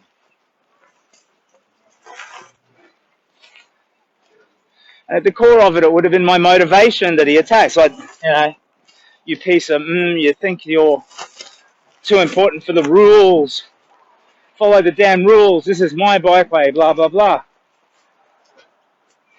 I think first we should look at people as if, as if any bad decision grows out of trauma. Because I think compassion is a great tool to establish common ground. Even if you don't understand someone's choices, like people who take meth, right? Like, I understand addiction. I've never in my life been an addict that I know of, unless it's like comfort eating or, But, so I understand addiction though, because I come from a family where my grandfather was a violent alcoholic. My mother was an addict, is an addict maybe. I don't know, once you are, you always are, right? And it's something that I've just avoided. But I understand it, and I don't hold it in contempt or anything, I don't think little of people who fall into that hole and can't quite pull themselves out. But I don't understand it. Like people who ride the meth train, Sure, you don't see any other path that's worth pursuing maybe, so might as well as just chase the meth. But, it's like you're turning into this scraggly creature who, wide-eyed, no teeth. Where's your hope? Like, do you have any fun in your life, any happiness? It's like you're self-medicating. You might say it's a rush, but have you ever laughed, like really belly laughed with a good friend? Sat around for 6 hours listening to music and talking about the things that you love that happened in your life, or you know, it doesn't feel authentically joyful to me on any level. It feels like this hollow substitute for feeling. So you're despairing at the world, you're not having the success that you wanted in your life, your relationship broke up, you thought you'd be a good parent, but it turns out it's harder than you thought, whatever it is, and then you know, just to get a bit of relief, you try a bit of meth, and then 6 months later, bang. So I don't understand, or maybe I do, what keeps you on that train for so long. I wish I could tell you how precious life is, how you get one, maybe two go-rounds at it, and you can have spontaneous, joyful, profound change. I was a walking corpse 10 months ago, vulnerable, in pain, but now I'm good, you know. I'm good. Whatever comes at me, I'll just have to deal with it. And I'm not immune to crisis. Like, I know I walk around looking like a buffhead, and 99 out of 100 people are either tolerant or outright wonderful about it. But there's 1 in 100 who are nasty. You know, they use me as an outlet for their hate, and they yell out profanities at me. When you're alone in a dark bush road at 1 a.m. on a Saturday night, it is not fun to have people catcall you. And, you know, it's possible I might get rolled by someone on my way down on my big walk. And if it happens, it happens. I just have to deal with it. You know? I don't have anything to prove. I don't have anything to lose except my life. But I won't, you know, I won't allow fear of that to stop me from having my great adventure. You know? What happens, happens. Because I think we've become a bit polarized by fear. You know, it's like COVID. Masks are down now, which is great. You see people walking around, you can see people smiling again, which is great. Weird timing that they're about to reopen the borders, and that's when you relax the personal distancing rules and all of that. I don't know what's going on, but I haven't ever really understood many of the mandates, you know. I would have made different choices if I were running the world. But that's cool, I'm not running the world. But there are still a lot of people wearing masks around. Maybe they're just used to it. But I'm sure there's this undercurrent of fear still. And maybe it's righteous. Maybe there's a good reason to be afraid. But I would like to try, going forward for the rest of my life, to live in hope of a positive outcome rather than fear of something that might happen. You know? So I guess that characterizes the big walk. What I want from it. Just come out of it strong, whole. I've met so many lovely people already. And if anything, that is mitigating that concern. You know, the idea of having somebody like figure out where I'm resting and come after me or whatever. Oh, well, if that happens, it happens. But I think for the most part, if I were attacked in public, I'd be more likely to have people help me. You know, because you just see this wonderful decency in people when given the opportunity. So we try to bring out the worst in each other. Like, I'm better than you. Oh, no, you're not. Yes, I am better than you, and blah, blah, blah. And, you know, we antagonize each other instead of lifting each other up. And I think when you're trying to do something righteous, trying to do something good, that does it. Just naturally, it lifts me up and anybody who wants to reach out and touch it. So, you know, that then means it's just this little bubble of positivity, which it's so healing and wonderful. Anyway, I'm an old man rambler. If you're listening to this, any of my boys, 10 years down the track, I love you so much. I did from day one, dude. So you're an adult now. Have you finished uni yet, mate? Come on. What are you doing with your life? I hope that you are happy, you have purpose and joy, and I hope I'm still around and watching and having a good time seeing whatever you choose to do with yourself. Now, we are in Brighton, headed south. I haven't really sussed out my map. I don't think I will. I think I'll just leave the stream going for a couple of hours. Figure that out later. Unless I get really confused about where I am.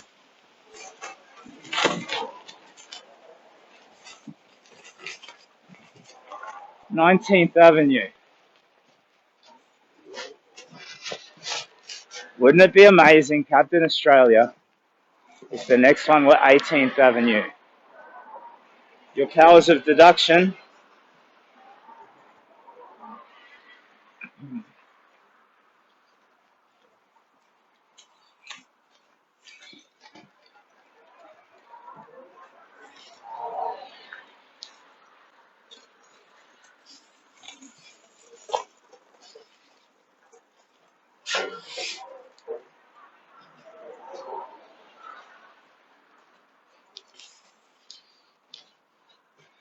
Visit us at brightonbythesea.com.au.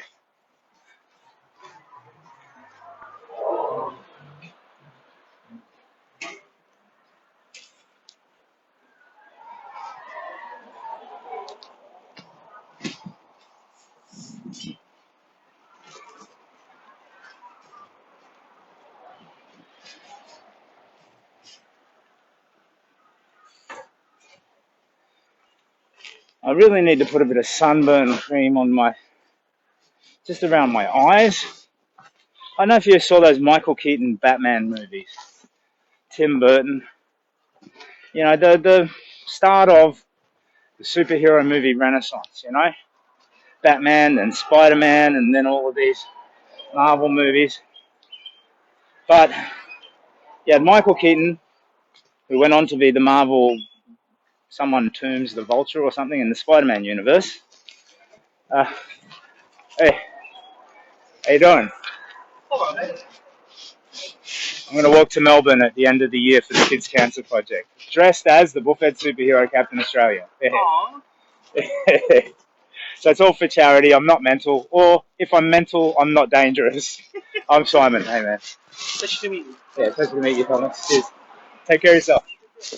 You too, man. Oh, sorry, I shouldn't call people man, should I? I'm from a generation older. It's a gendered term. He's a lovely person. He could identify as female. I don't know. I have to constantly remind myself. Because for me, hey, man, it's like, it's a 70s surfer or something. I mean, no disrespect at all. I only want to make people feel safe and happy and at ease and all the rest.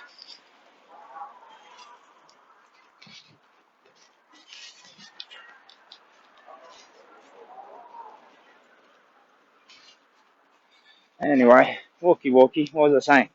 Yeah, so in that Batman movie, Tim Burton Batman, there were a few times where he had to rip the mask off and you would see his face is clean and normal, but it's a continuity problem because when he had the mask on, if you looked at the eyes, they'd put lamp black like a sniper wears, like this black oil smudge underneath the eyes to make it look less weird under the black hood. And I kind of need to do that, but with sunblock, because there's these tiny little access points where the sun is getting in. I'm getting like these little micro spots of burn in these patchy bits of my beard, tiny patches around my eyes, and weirdly, sunburned fingertips. It's crazy.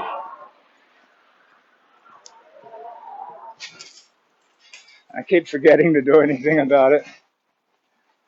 Nah.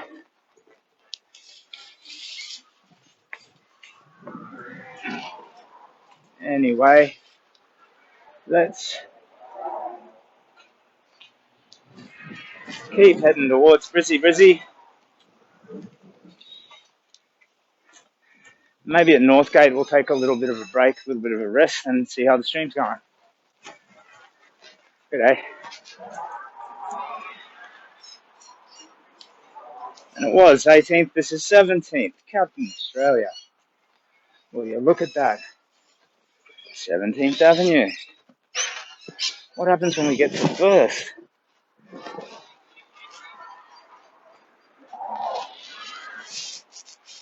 Crossover.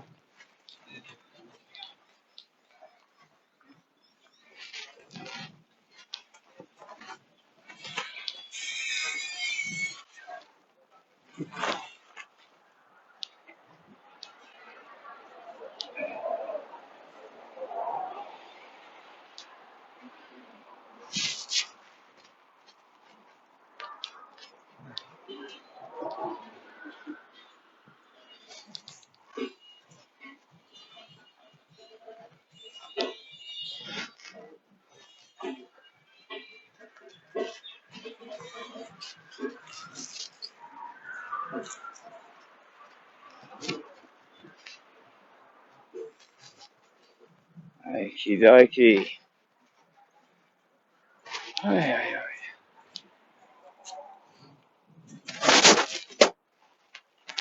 Now for the record, assuming the sound is going, assuming the stream is going, assuming now or in the future someone will watching, then just for the record, I'm following my nose.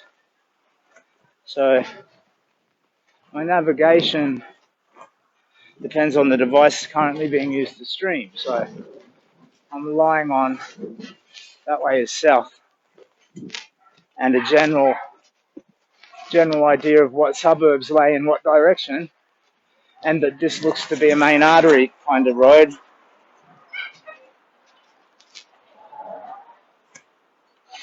And I think that's actually fine, because I found myself, again, that's having a mind shift. I talked on the bridge about how my way of thinking about problems is changing and that it's for the better. This is as well. If I take a wrong route, circle back, have an adventure, it's all good, you know. On one level, I'm thinking, I need to make sure every K counts. Need to get back to the kids, succeed, finish my quest, move on with my life. But the very nature of a quest, no, not a quest, an adventure. The very nature of an adventure is that it has to be adventurous. So switching off the map and just going that way because it looks like the right way is a good thing.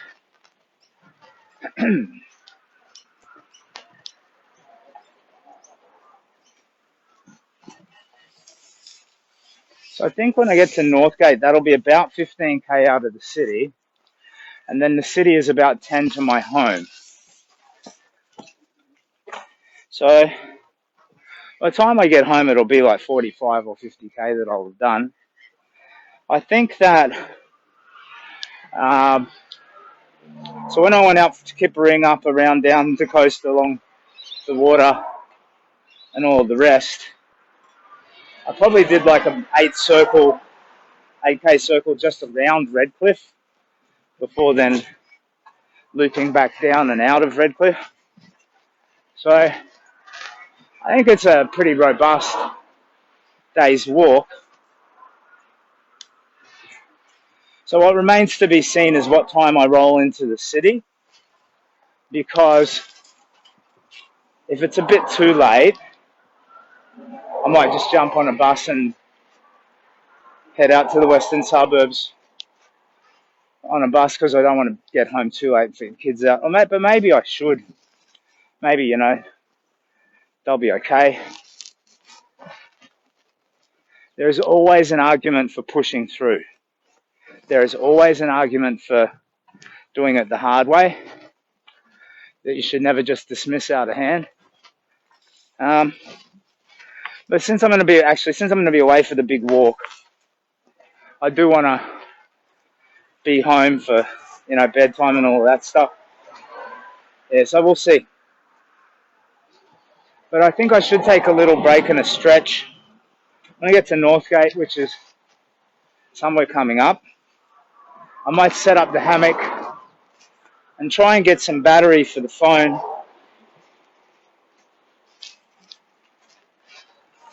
Figure out my absurd battery problem.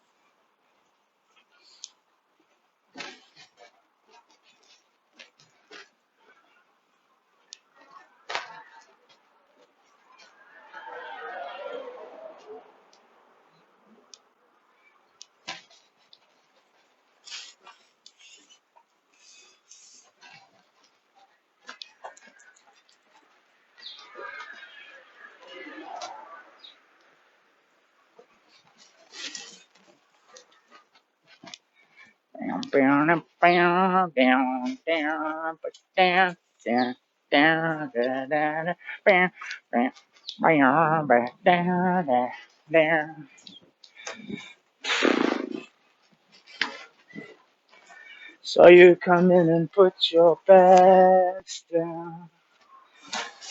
I know there's something in the air. How can I do this to you right now? You're over there when I need you here.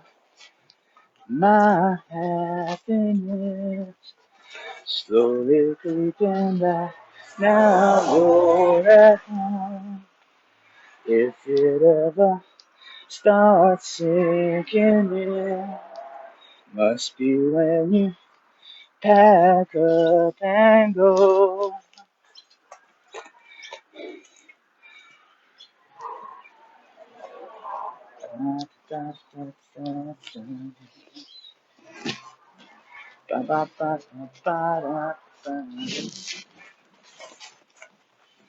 How can I do this to you right now? Okay. What are you singing to yourself, Simon?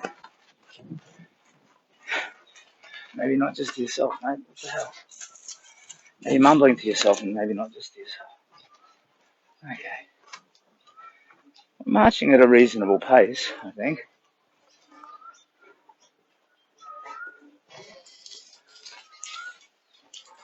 We still have to be doing a solid 5.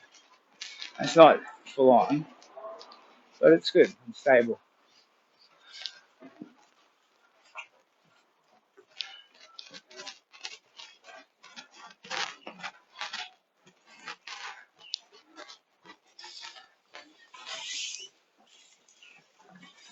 Now, there's shops and stuff up here.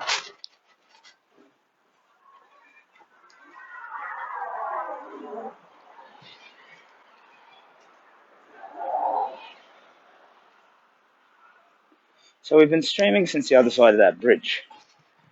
So that has to be, I don't know how long it's been.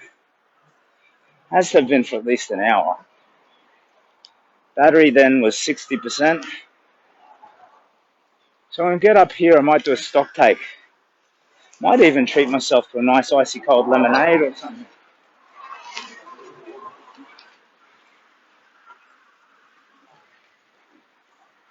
And if the battery's no good, see if I can find a place that sells a replacement cable, because I think the cable's shot.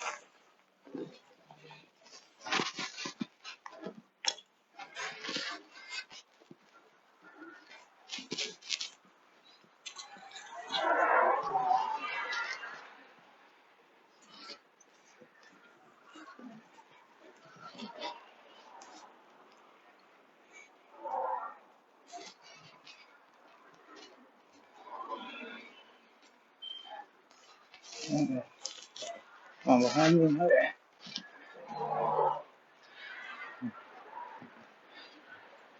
This is say good day.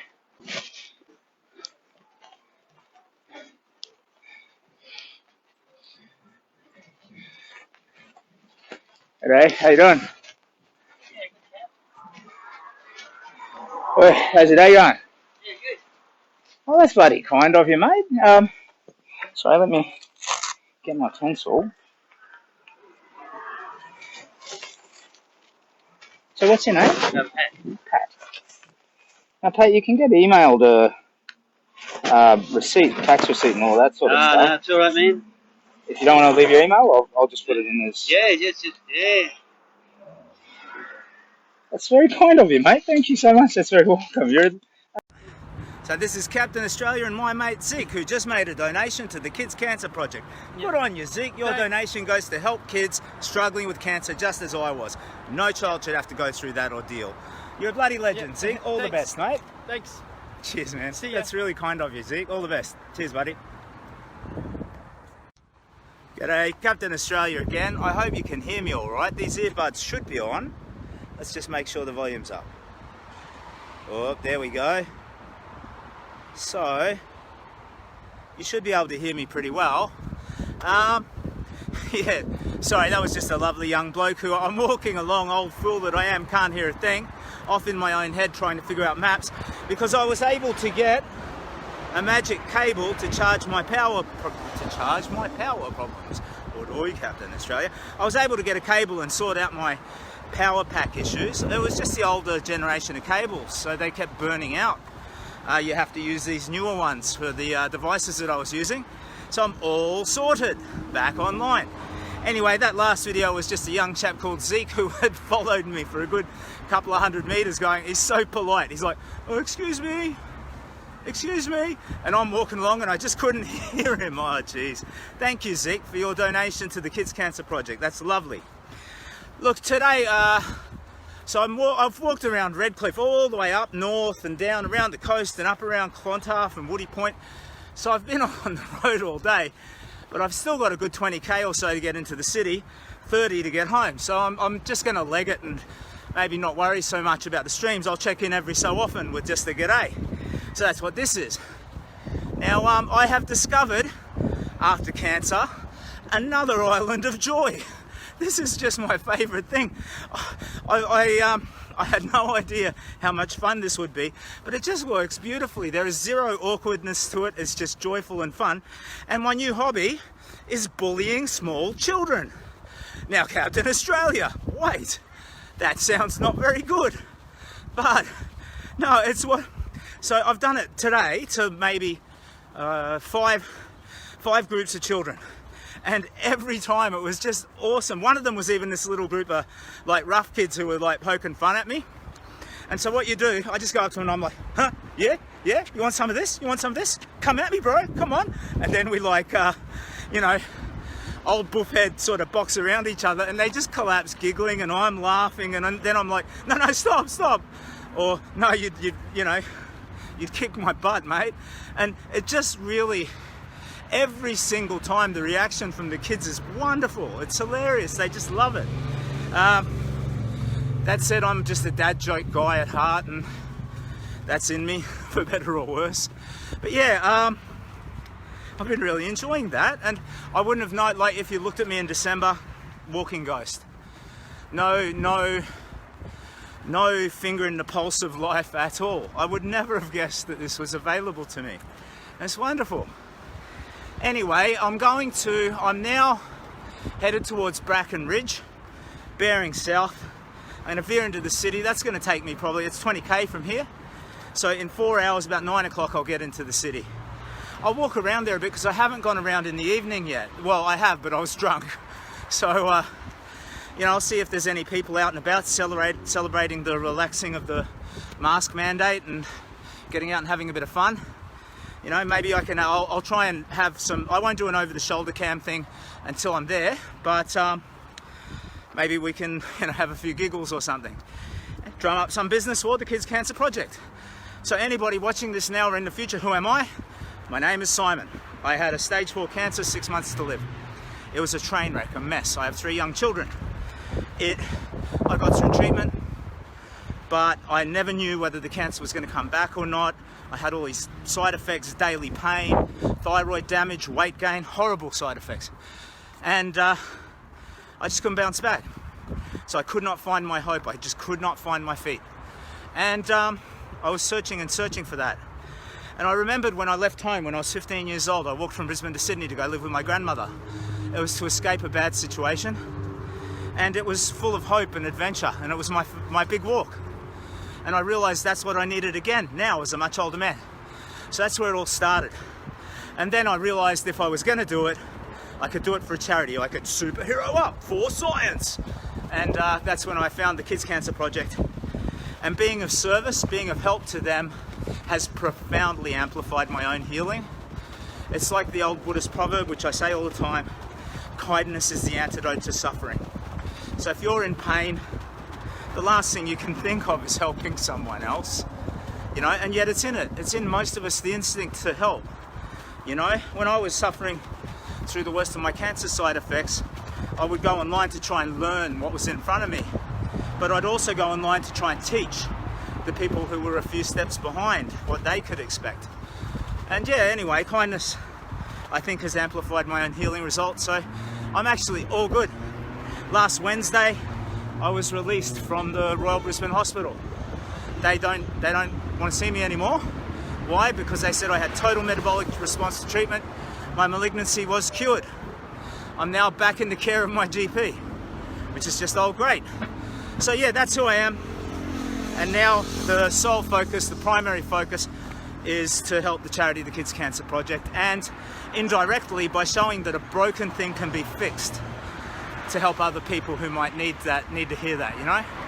Anyway, I'm off to the city. I've got maybe another 6 hours of walking tonight, potentially, if I go all the way home. I might cop a bus when I get to the city, because my suburb is another 10k out from there. We'll see how we go. Yeah, feeling good.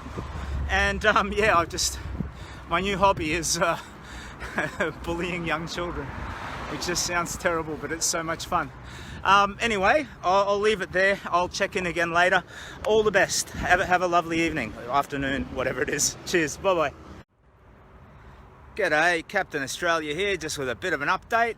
It's 9:15. I have made my way into Brisbane City, or rather, I am on the edge of the valley. That's the hospital that I got discharged from last week.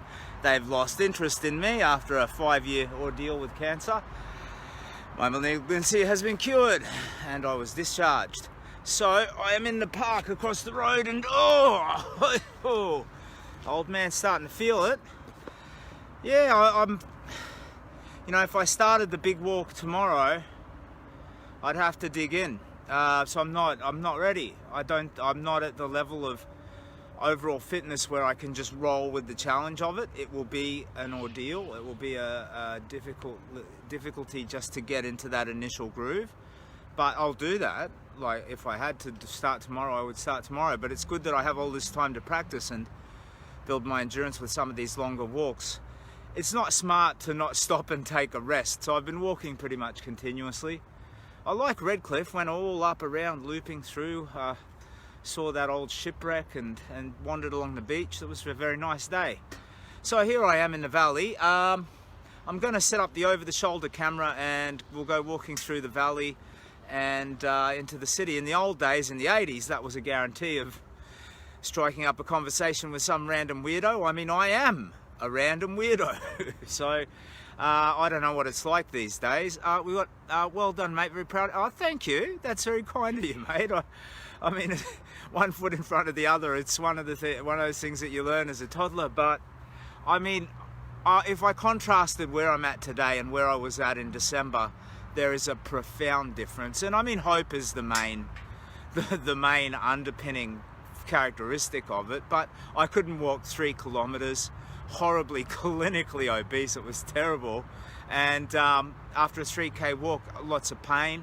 But I think so far today, I mean, it's been at least I'll say 35 or 40 long and rambling wander.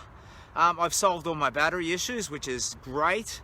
Now I'm going to set up an over-the-shoulder, and I'm a bit tired.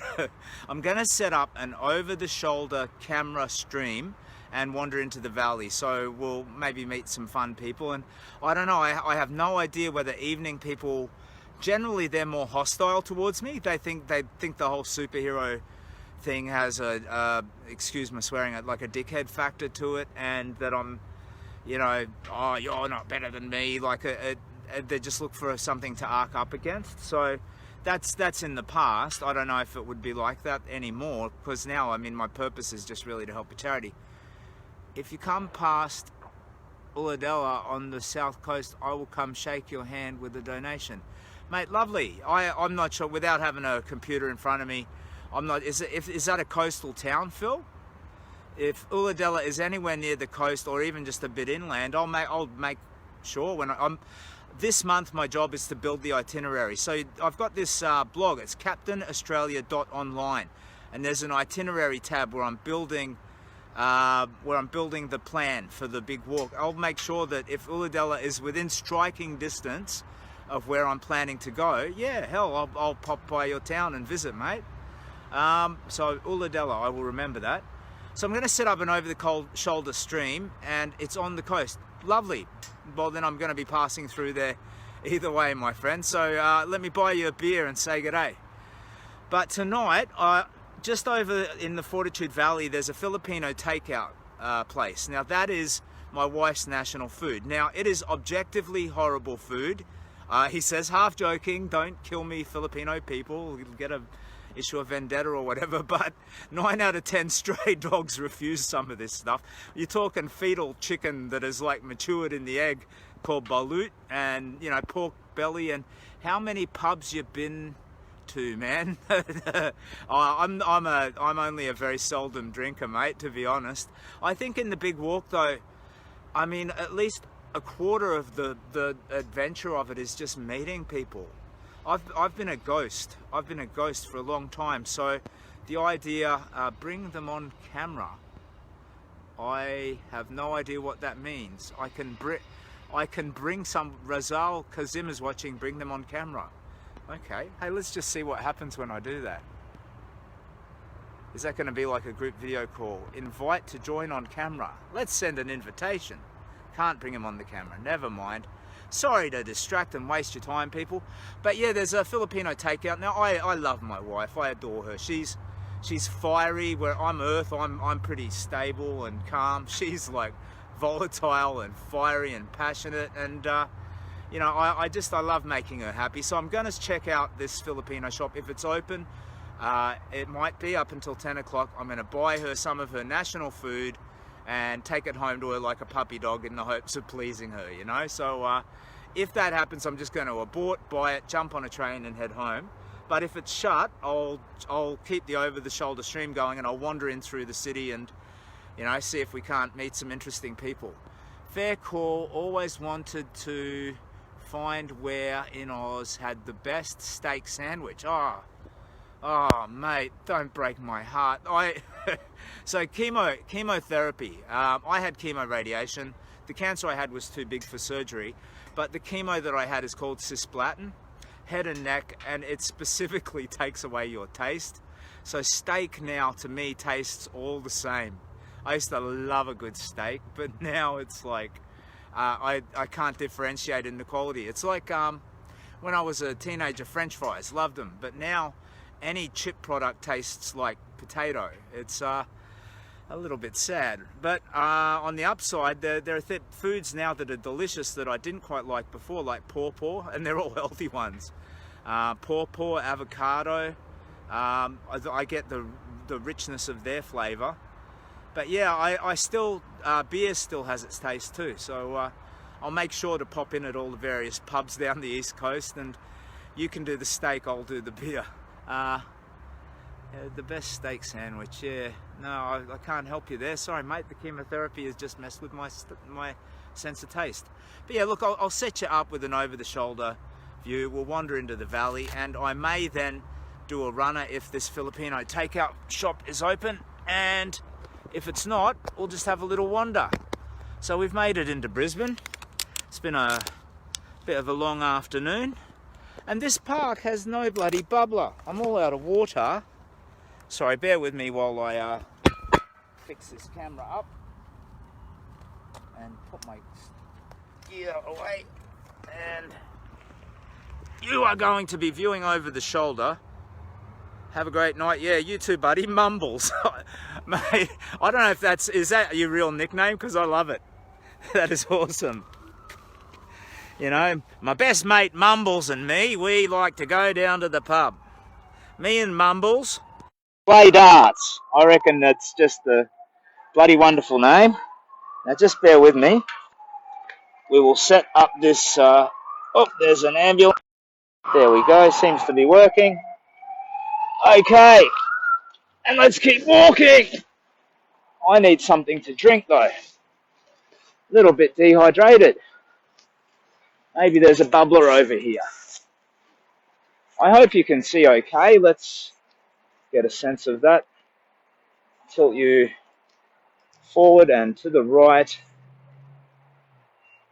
So you should be, if I've got this stuff right, you should be seeing roughly what I see. There's a cyclist going past on the left, and there's a building over here which I'm hoping might have a little water bubbler, because my canteen is completely empty, and I didn't, because it's just a day thing, didn't look to carry extra water. Oh dear. Okay. So this is the RBWH, the hospital where I had my chemo radiation. 35 days of radiation treatment. 3 overnight stays with chemo. Someone needs help somewhere. Okay. This building does look like it's a public loo, but not optimistic about a water bubbler. There is, but it's behind locked door. I was thinking, one of the things I need to add to my kit is a pair of pliers or a tap head.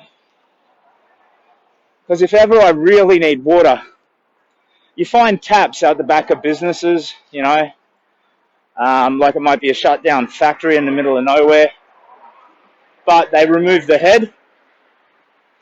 So there's a tap, you can't get water from it. Fair enough, they want to protect their property. Back in the old days, you know, you'd want it to be there in case somebody came along and needed water. These days, you don't want anyone to steal from you. But, you know, if I'm stuck and really desperate and whatnot, having like a solution to get access to that water might make all the difference for me. Because there will be periods where I'll be a couple of days in between towns and stuff. And I'm finding even now, like, you know, you can knock on someone's door and say, look, I'm really sorry, but could you please help me? I just need a litre of water. And I think 99 people in 100 would help you. So that's okay. But there'll be periods, even just walking in a urban area, where there's just no public amenities. Anyway, hopefully the camera's okay. Streaming along into the valley after a day out at Redcliffe. All in training for Captain Australia's Big Walk. What is Captain Australia's Big Walk? Well, it's many things, my friend. Let me illuminate. It is a bloody big walk. Literally. A walk from Brisbane to Melbourne. Me, alone. Sleeping rough, no help. Why would you do that, you old fool? Well, I mean, because I'm an old fool, is one legitimate answer. But it's for my own healing. After surviving a stage 4 cancer, it's my way of furthering my own healing and building my own hope, and giving that to kids. No child should have to go through the ordeal that I did. So it's about the Kids Cancer Project, helping that charity. They are a science-oriented charity. Their mission is to eradicate paediatric cancer in our lifetimes. At present, 950 Aussie kids every year are diagnosed. 3 kids a week die. So that's 1 child every second day in Australia dying to paediatric cancer. So these are classes of cancer that specifically attack children. So they almost uniquely attack kids. Neuroblastoma is an example. Anyway, I'm just an old buffhead. I survived my ordeal with cancer. I got lucky, and that's great. I have a second chance at life. But I still deal with daily pain, all kinds of horrible side effects. And that's the other dimension to it. Like the children who survive, 20% of those 950 kids die. Well, they don't survive treatment. And the other 80% suffer chronic health issues as a result of the treatments. So it's a mess for them and their families. So it's a wonderful charity. It's designed to soften and improve that situation. And that's why. So the big walk is a literal big walk. But it's also a metaphor. So in December I was broken. If you look at my YouTube channel, and there's links in the sticky posts and all the rest, if you search Captain Australia Walking Towards Hope, you'll find it on YouTube. There's me in December.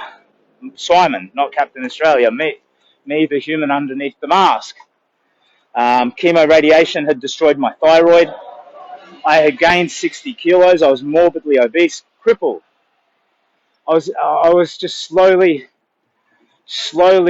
withering away in hope. And I couldn't bounce back. And that was just 10 months ago, and now I'm good, I'm golden. That's all the difference that finding a spark of hope can make, and breathing life into it. And that's what the big walk is a metaphor for. No matter how dark it is, no matter how broken it is, it's about taking that spark of hope and sharing it. Because hope is a circle. It is. It's something that we build together. And it grows in that sharing. So if I take my hope and breathe a bit of life into it and it fires up, and that inspires you, you need to pay that forward. And in doing that, it amplifies your own hope. Because kindness is the antidote to suffering. It truly is. And creating hope, building it, growing it is one of the kindest things that you can do for yourself and others. So the big walk is a metaphor for that, for hope, for getting up no matter how hard life tries to pound you down and keep you down. And, I talk about hope and my love for my wonderful wife and, all of that. You see, that guy wants everybody know that he's a big, strong guy because he owns a motorcycle. Now, all of the talk about hope and love and all of that stuff, that's all soft and light and righteous and shiny. But the world isn't always that way. It's not always rainbow and puppy dogs, and there are dark days and stormy days and pain and suffering. And the big walk is basically a metaphor for getting up, no matter the darkness, no matter the hardship, getting up, finding a way to navigate forward. And it is. You figure out the direction and you start walking. And that's the other, the figurative meaning of the big walk. And literally, it's a bloody long walk. And, why? What led me to a big walk? So my start in life wasn't a great one, really. I mean, it wasn't horrible, just normal, Everybody has their difficulties.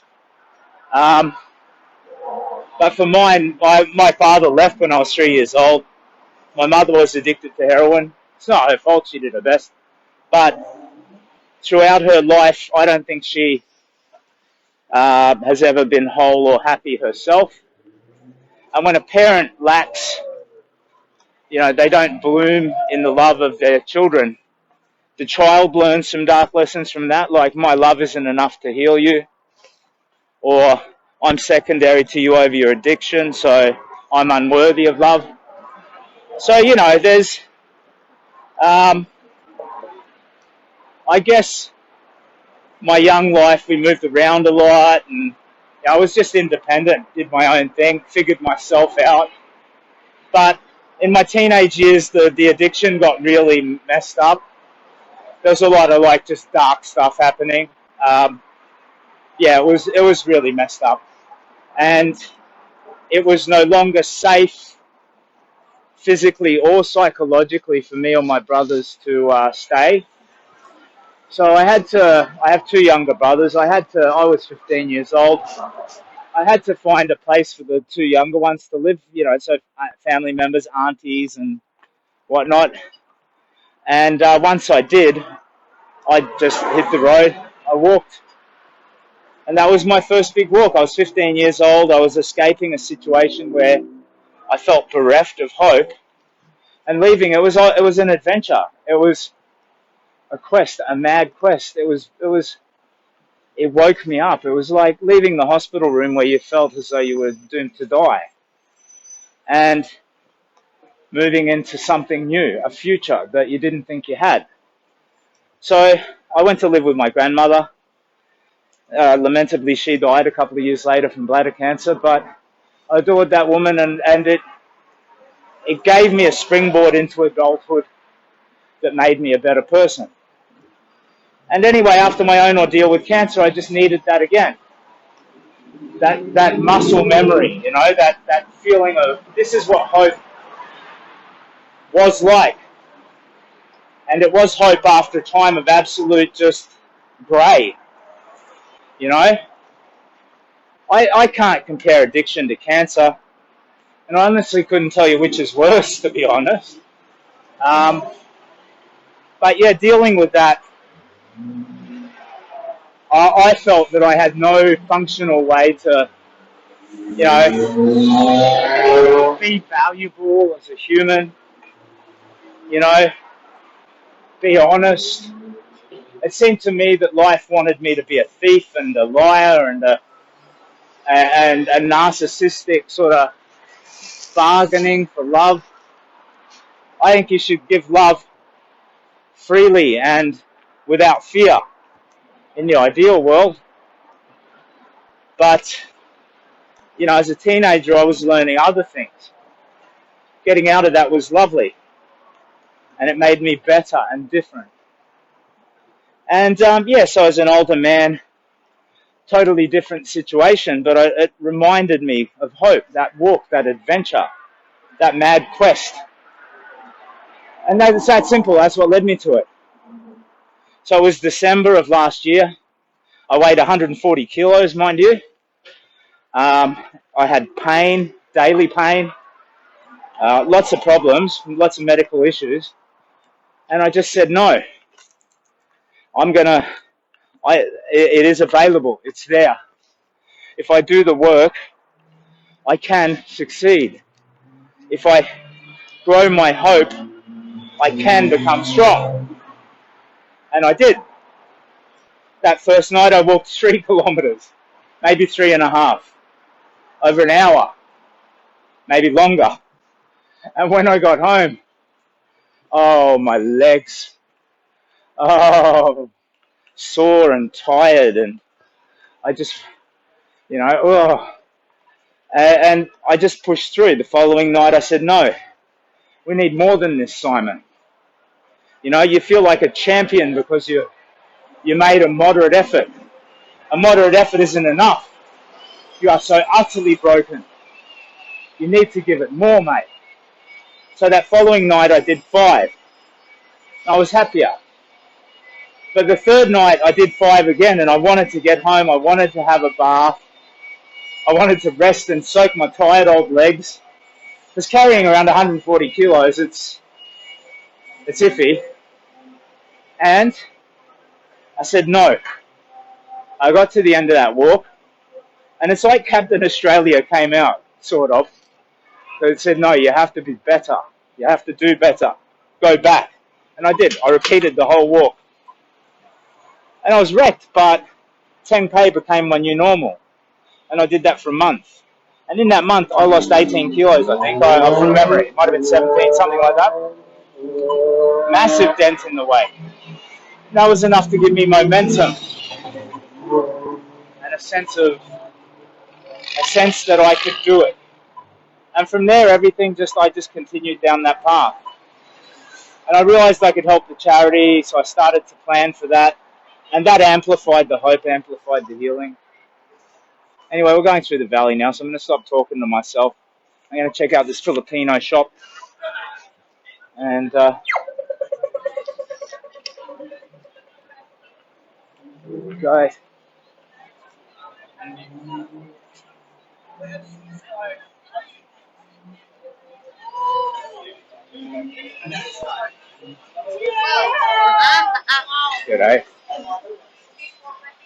Hey, wait, you're not filming. Can I fix your filming thing? What's it? So it's like not filming at the back. Oh, wait, no, it is. I think it is. It'll have a little window that says we're messed up, and yeah, oh, okay. it's actually working. Yeah, but thank you. Checking you, You're a bloody eagle eye, aren't you? Thank you for having my back, homie. No, that's all good. Did you? Yeah. What's I'm gonna walk from Brisbane to Melbourne for the Kids Cancer Project. Yeah. Oh, that's sick. Is this heavy? It's a bloody long way. It's about 20K, I think. Yeah. How old are you up?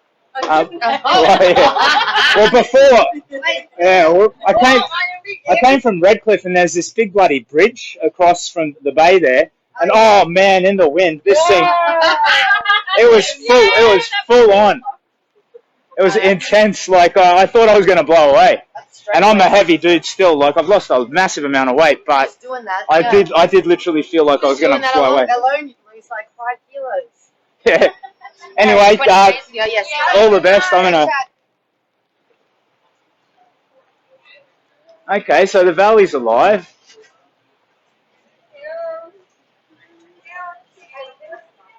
I'm gonna check out this Filipino shop. And make sure you are recording. And, wait.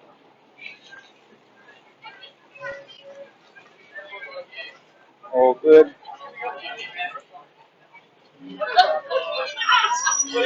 That's party people, huh?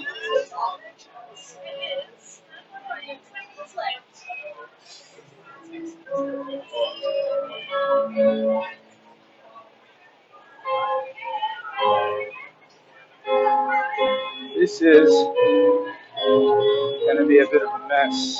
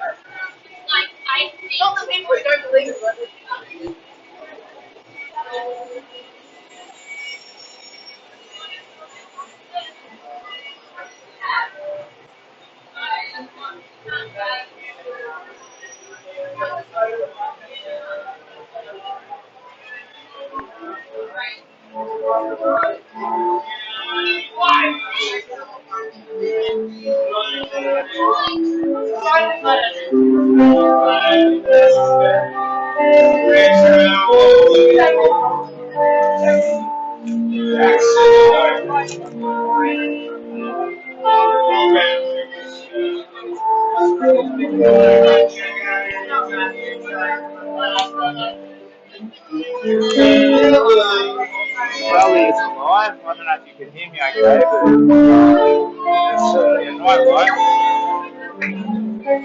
So Sorry, mate.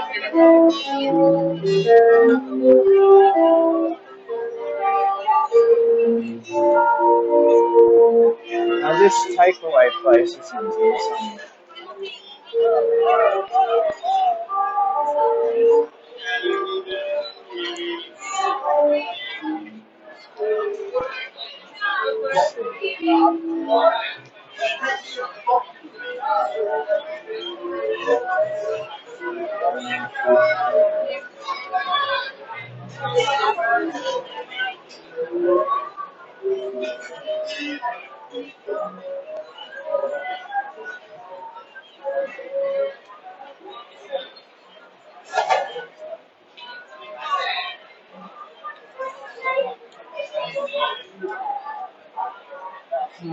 I'm not sure about all of these masks.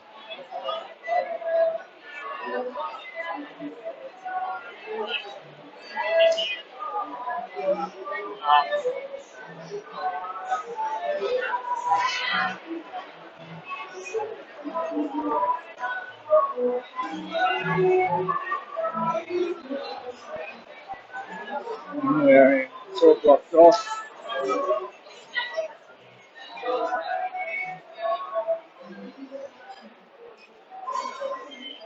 Yeah, it looks like this takeout place will not be open. It's all blocked off. Hey man, so I'm not talking to myself, I'm earbuds here.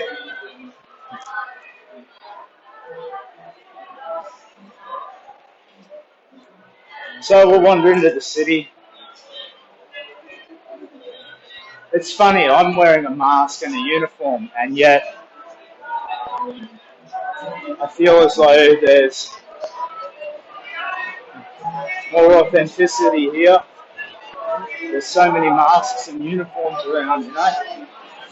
But they're all just like, you know, trying to be sexy or, you know, urbane or clever or cool.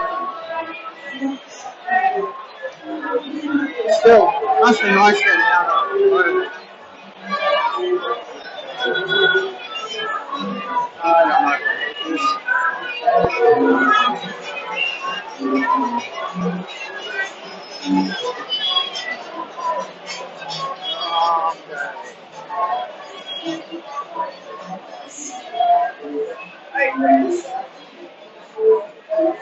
There's a lot of mini Kardashians around.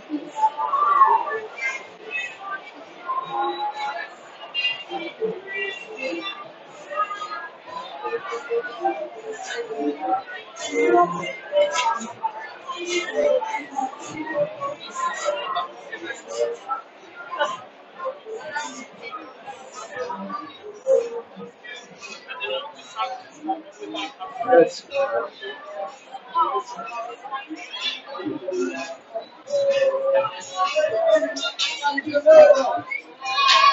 Australia, buddy. Walking to Melbourne at the end of the year for the Kids Cancer Project. I leave on Boxing Day. Today I came from Redcliffe. Yeah, I'm just practicing. What's this? Just cause.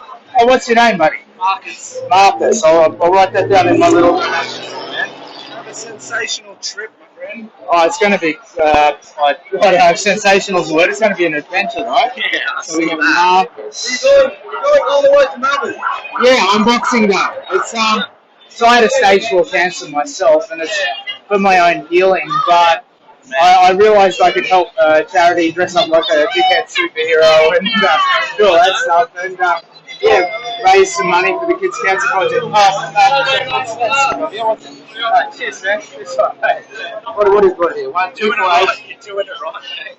Yeah, I'm a bit tired. I've been walking all day since Redcliffe. Redcliffe, are you fucking kidding me? You're doing all right. So what's your name? Ron. Ron. Yeah. So I have to process all this shit when I get home. Just know your aim. Get to Melbourne for Boxing Day. I reckon it'll take me 10 weeks on the road. 10 weeks. And yeah, it's about hope. I think it's about like getting back to nature and all that sort of shit. You know, like it's a pilgrimage. Like like Kane from Kung Fu. If you ever watched that show, man, Yeah, you know, like just getting out into the world. Yeah. So I've been in a camp. Like I got the all clear just last week. They released me from the RBWH. I'm no longer a patient there, but Yeah.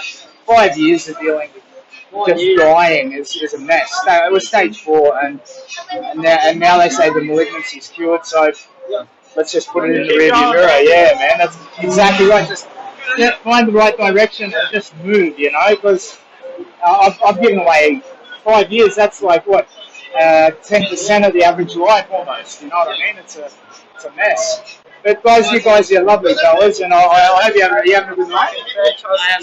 Yeah, cool. I love the Crocodile Dundee hat, bro, man. It's really good. Yeah, it's a pleasure to see you. Yeah, there's a I tell you, there's a lot of mini Kardashians around out there. It's pretty cool on. Good to meet you, brother. Cheers, man. Pal. Cheers.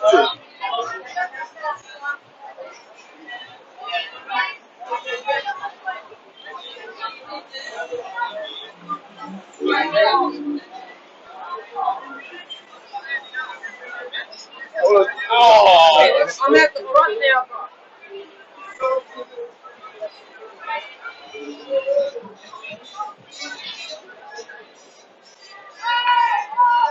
hey.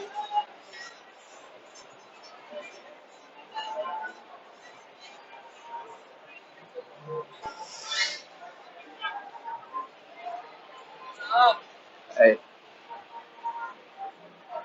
Yeah, I'm not sure that this party thing is for me. I'm too old.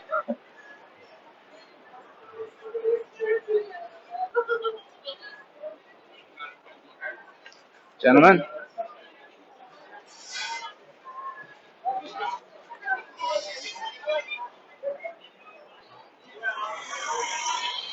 City. Let's go to the city, Roma Street, and home.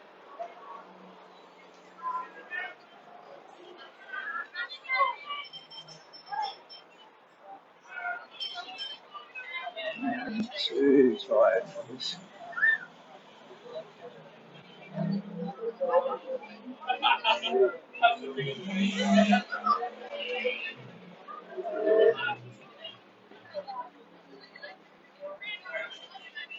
I'll wind up.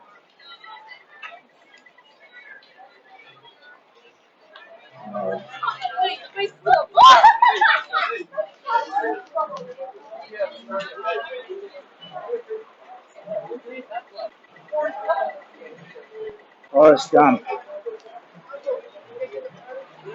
Don't have to be unkind, mate.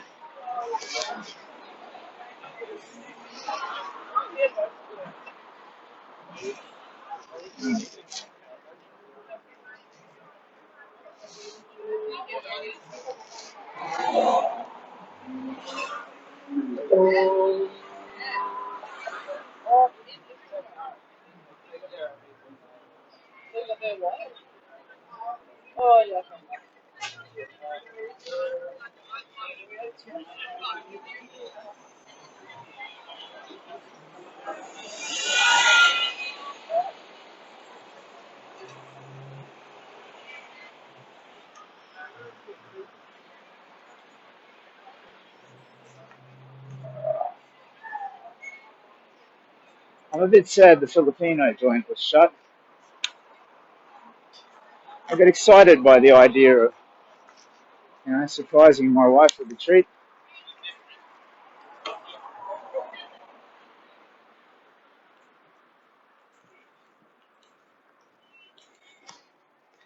I've got to process a few little donations. It's all written down on my magic pen, but I need to remind myself. There's like an assortment of little coins.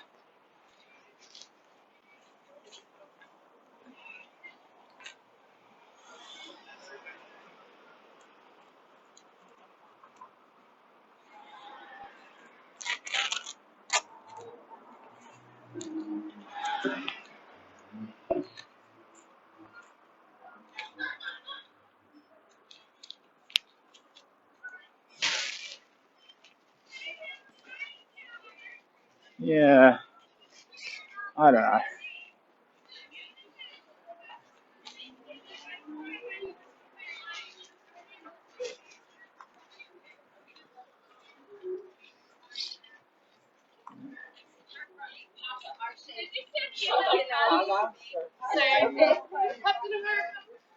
It's Australia is the country we're in, guys.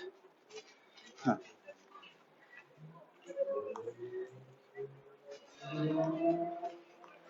I got nothing against partying too. I'm very tired. It's been a long day. It's only a question of time before potential violence.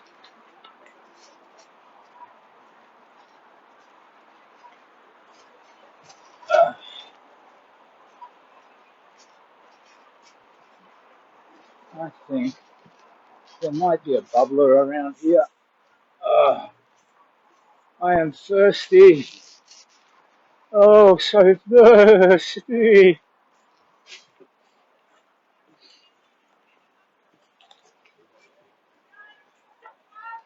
It feels to me like there's a lot of COVID fatigue in the party vibe.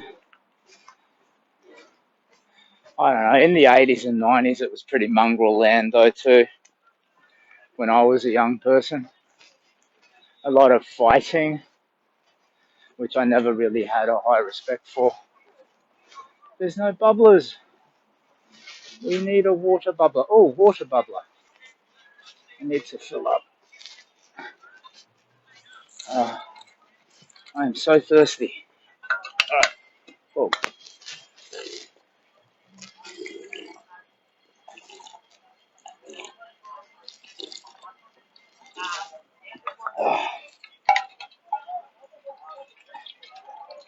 I might collapse the banner and... No, keep it up. Finish what you're doing, Simon.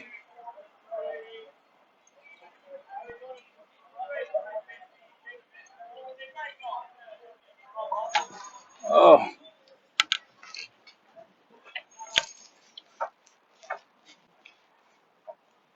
Ah, that's better. Oh.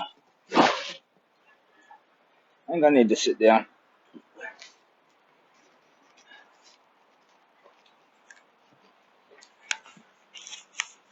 Oh, too tight. I do not think I'm in the mood. Sorry, let me... Oh. I don't know if the sound's okay. I look like Spider Captain to me. I think I'm in a landscape view. You're seeing me with my head pointed upward, but to me, my head is pointed... now I'm all disoriented. When I look at the myself, I'm Spider Captain, balancing on the wall.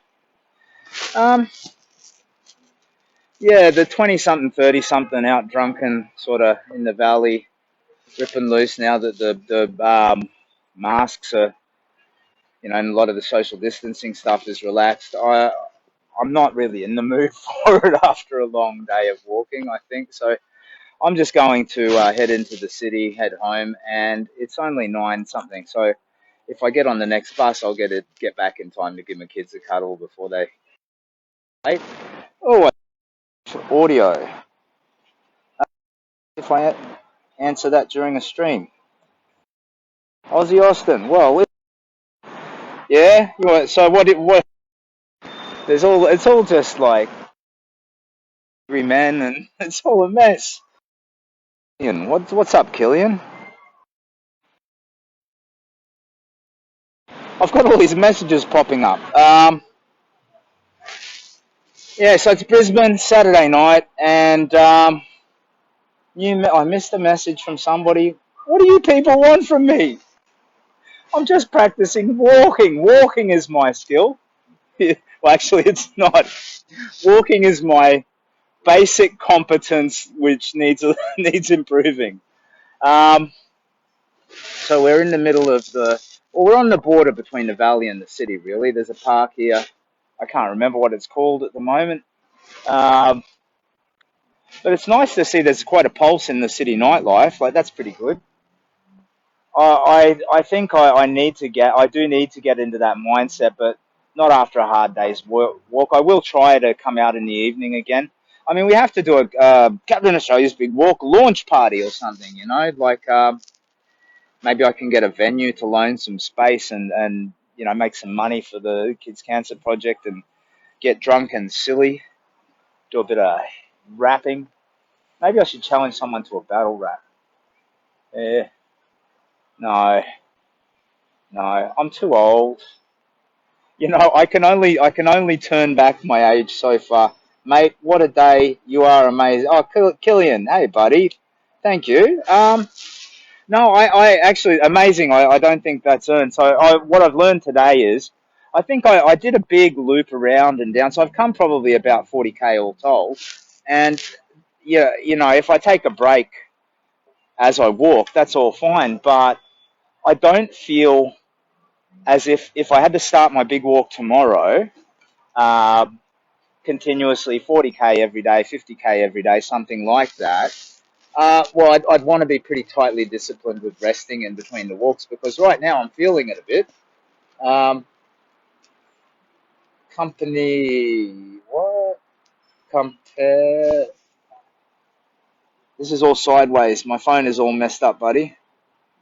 Um, what do you want me to do? You want me to go into the city and try and freak some people out? Everybody kept calling me Captain America and Forrest Gump. Forrest Gump is a little bit.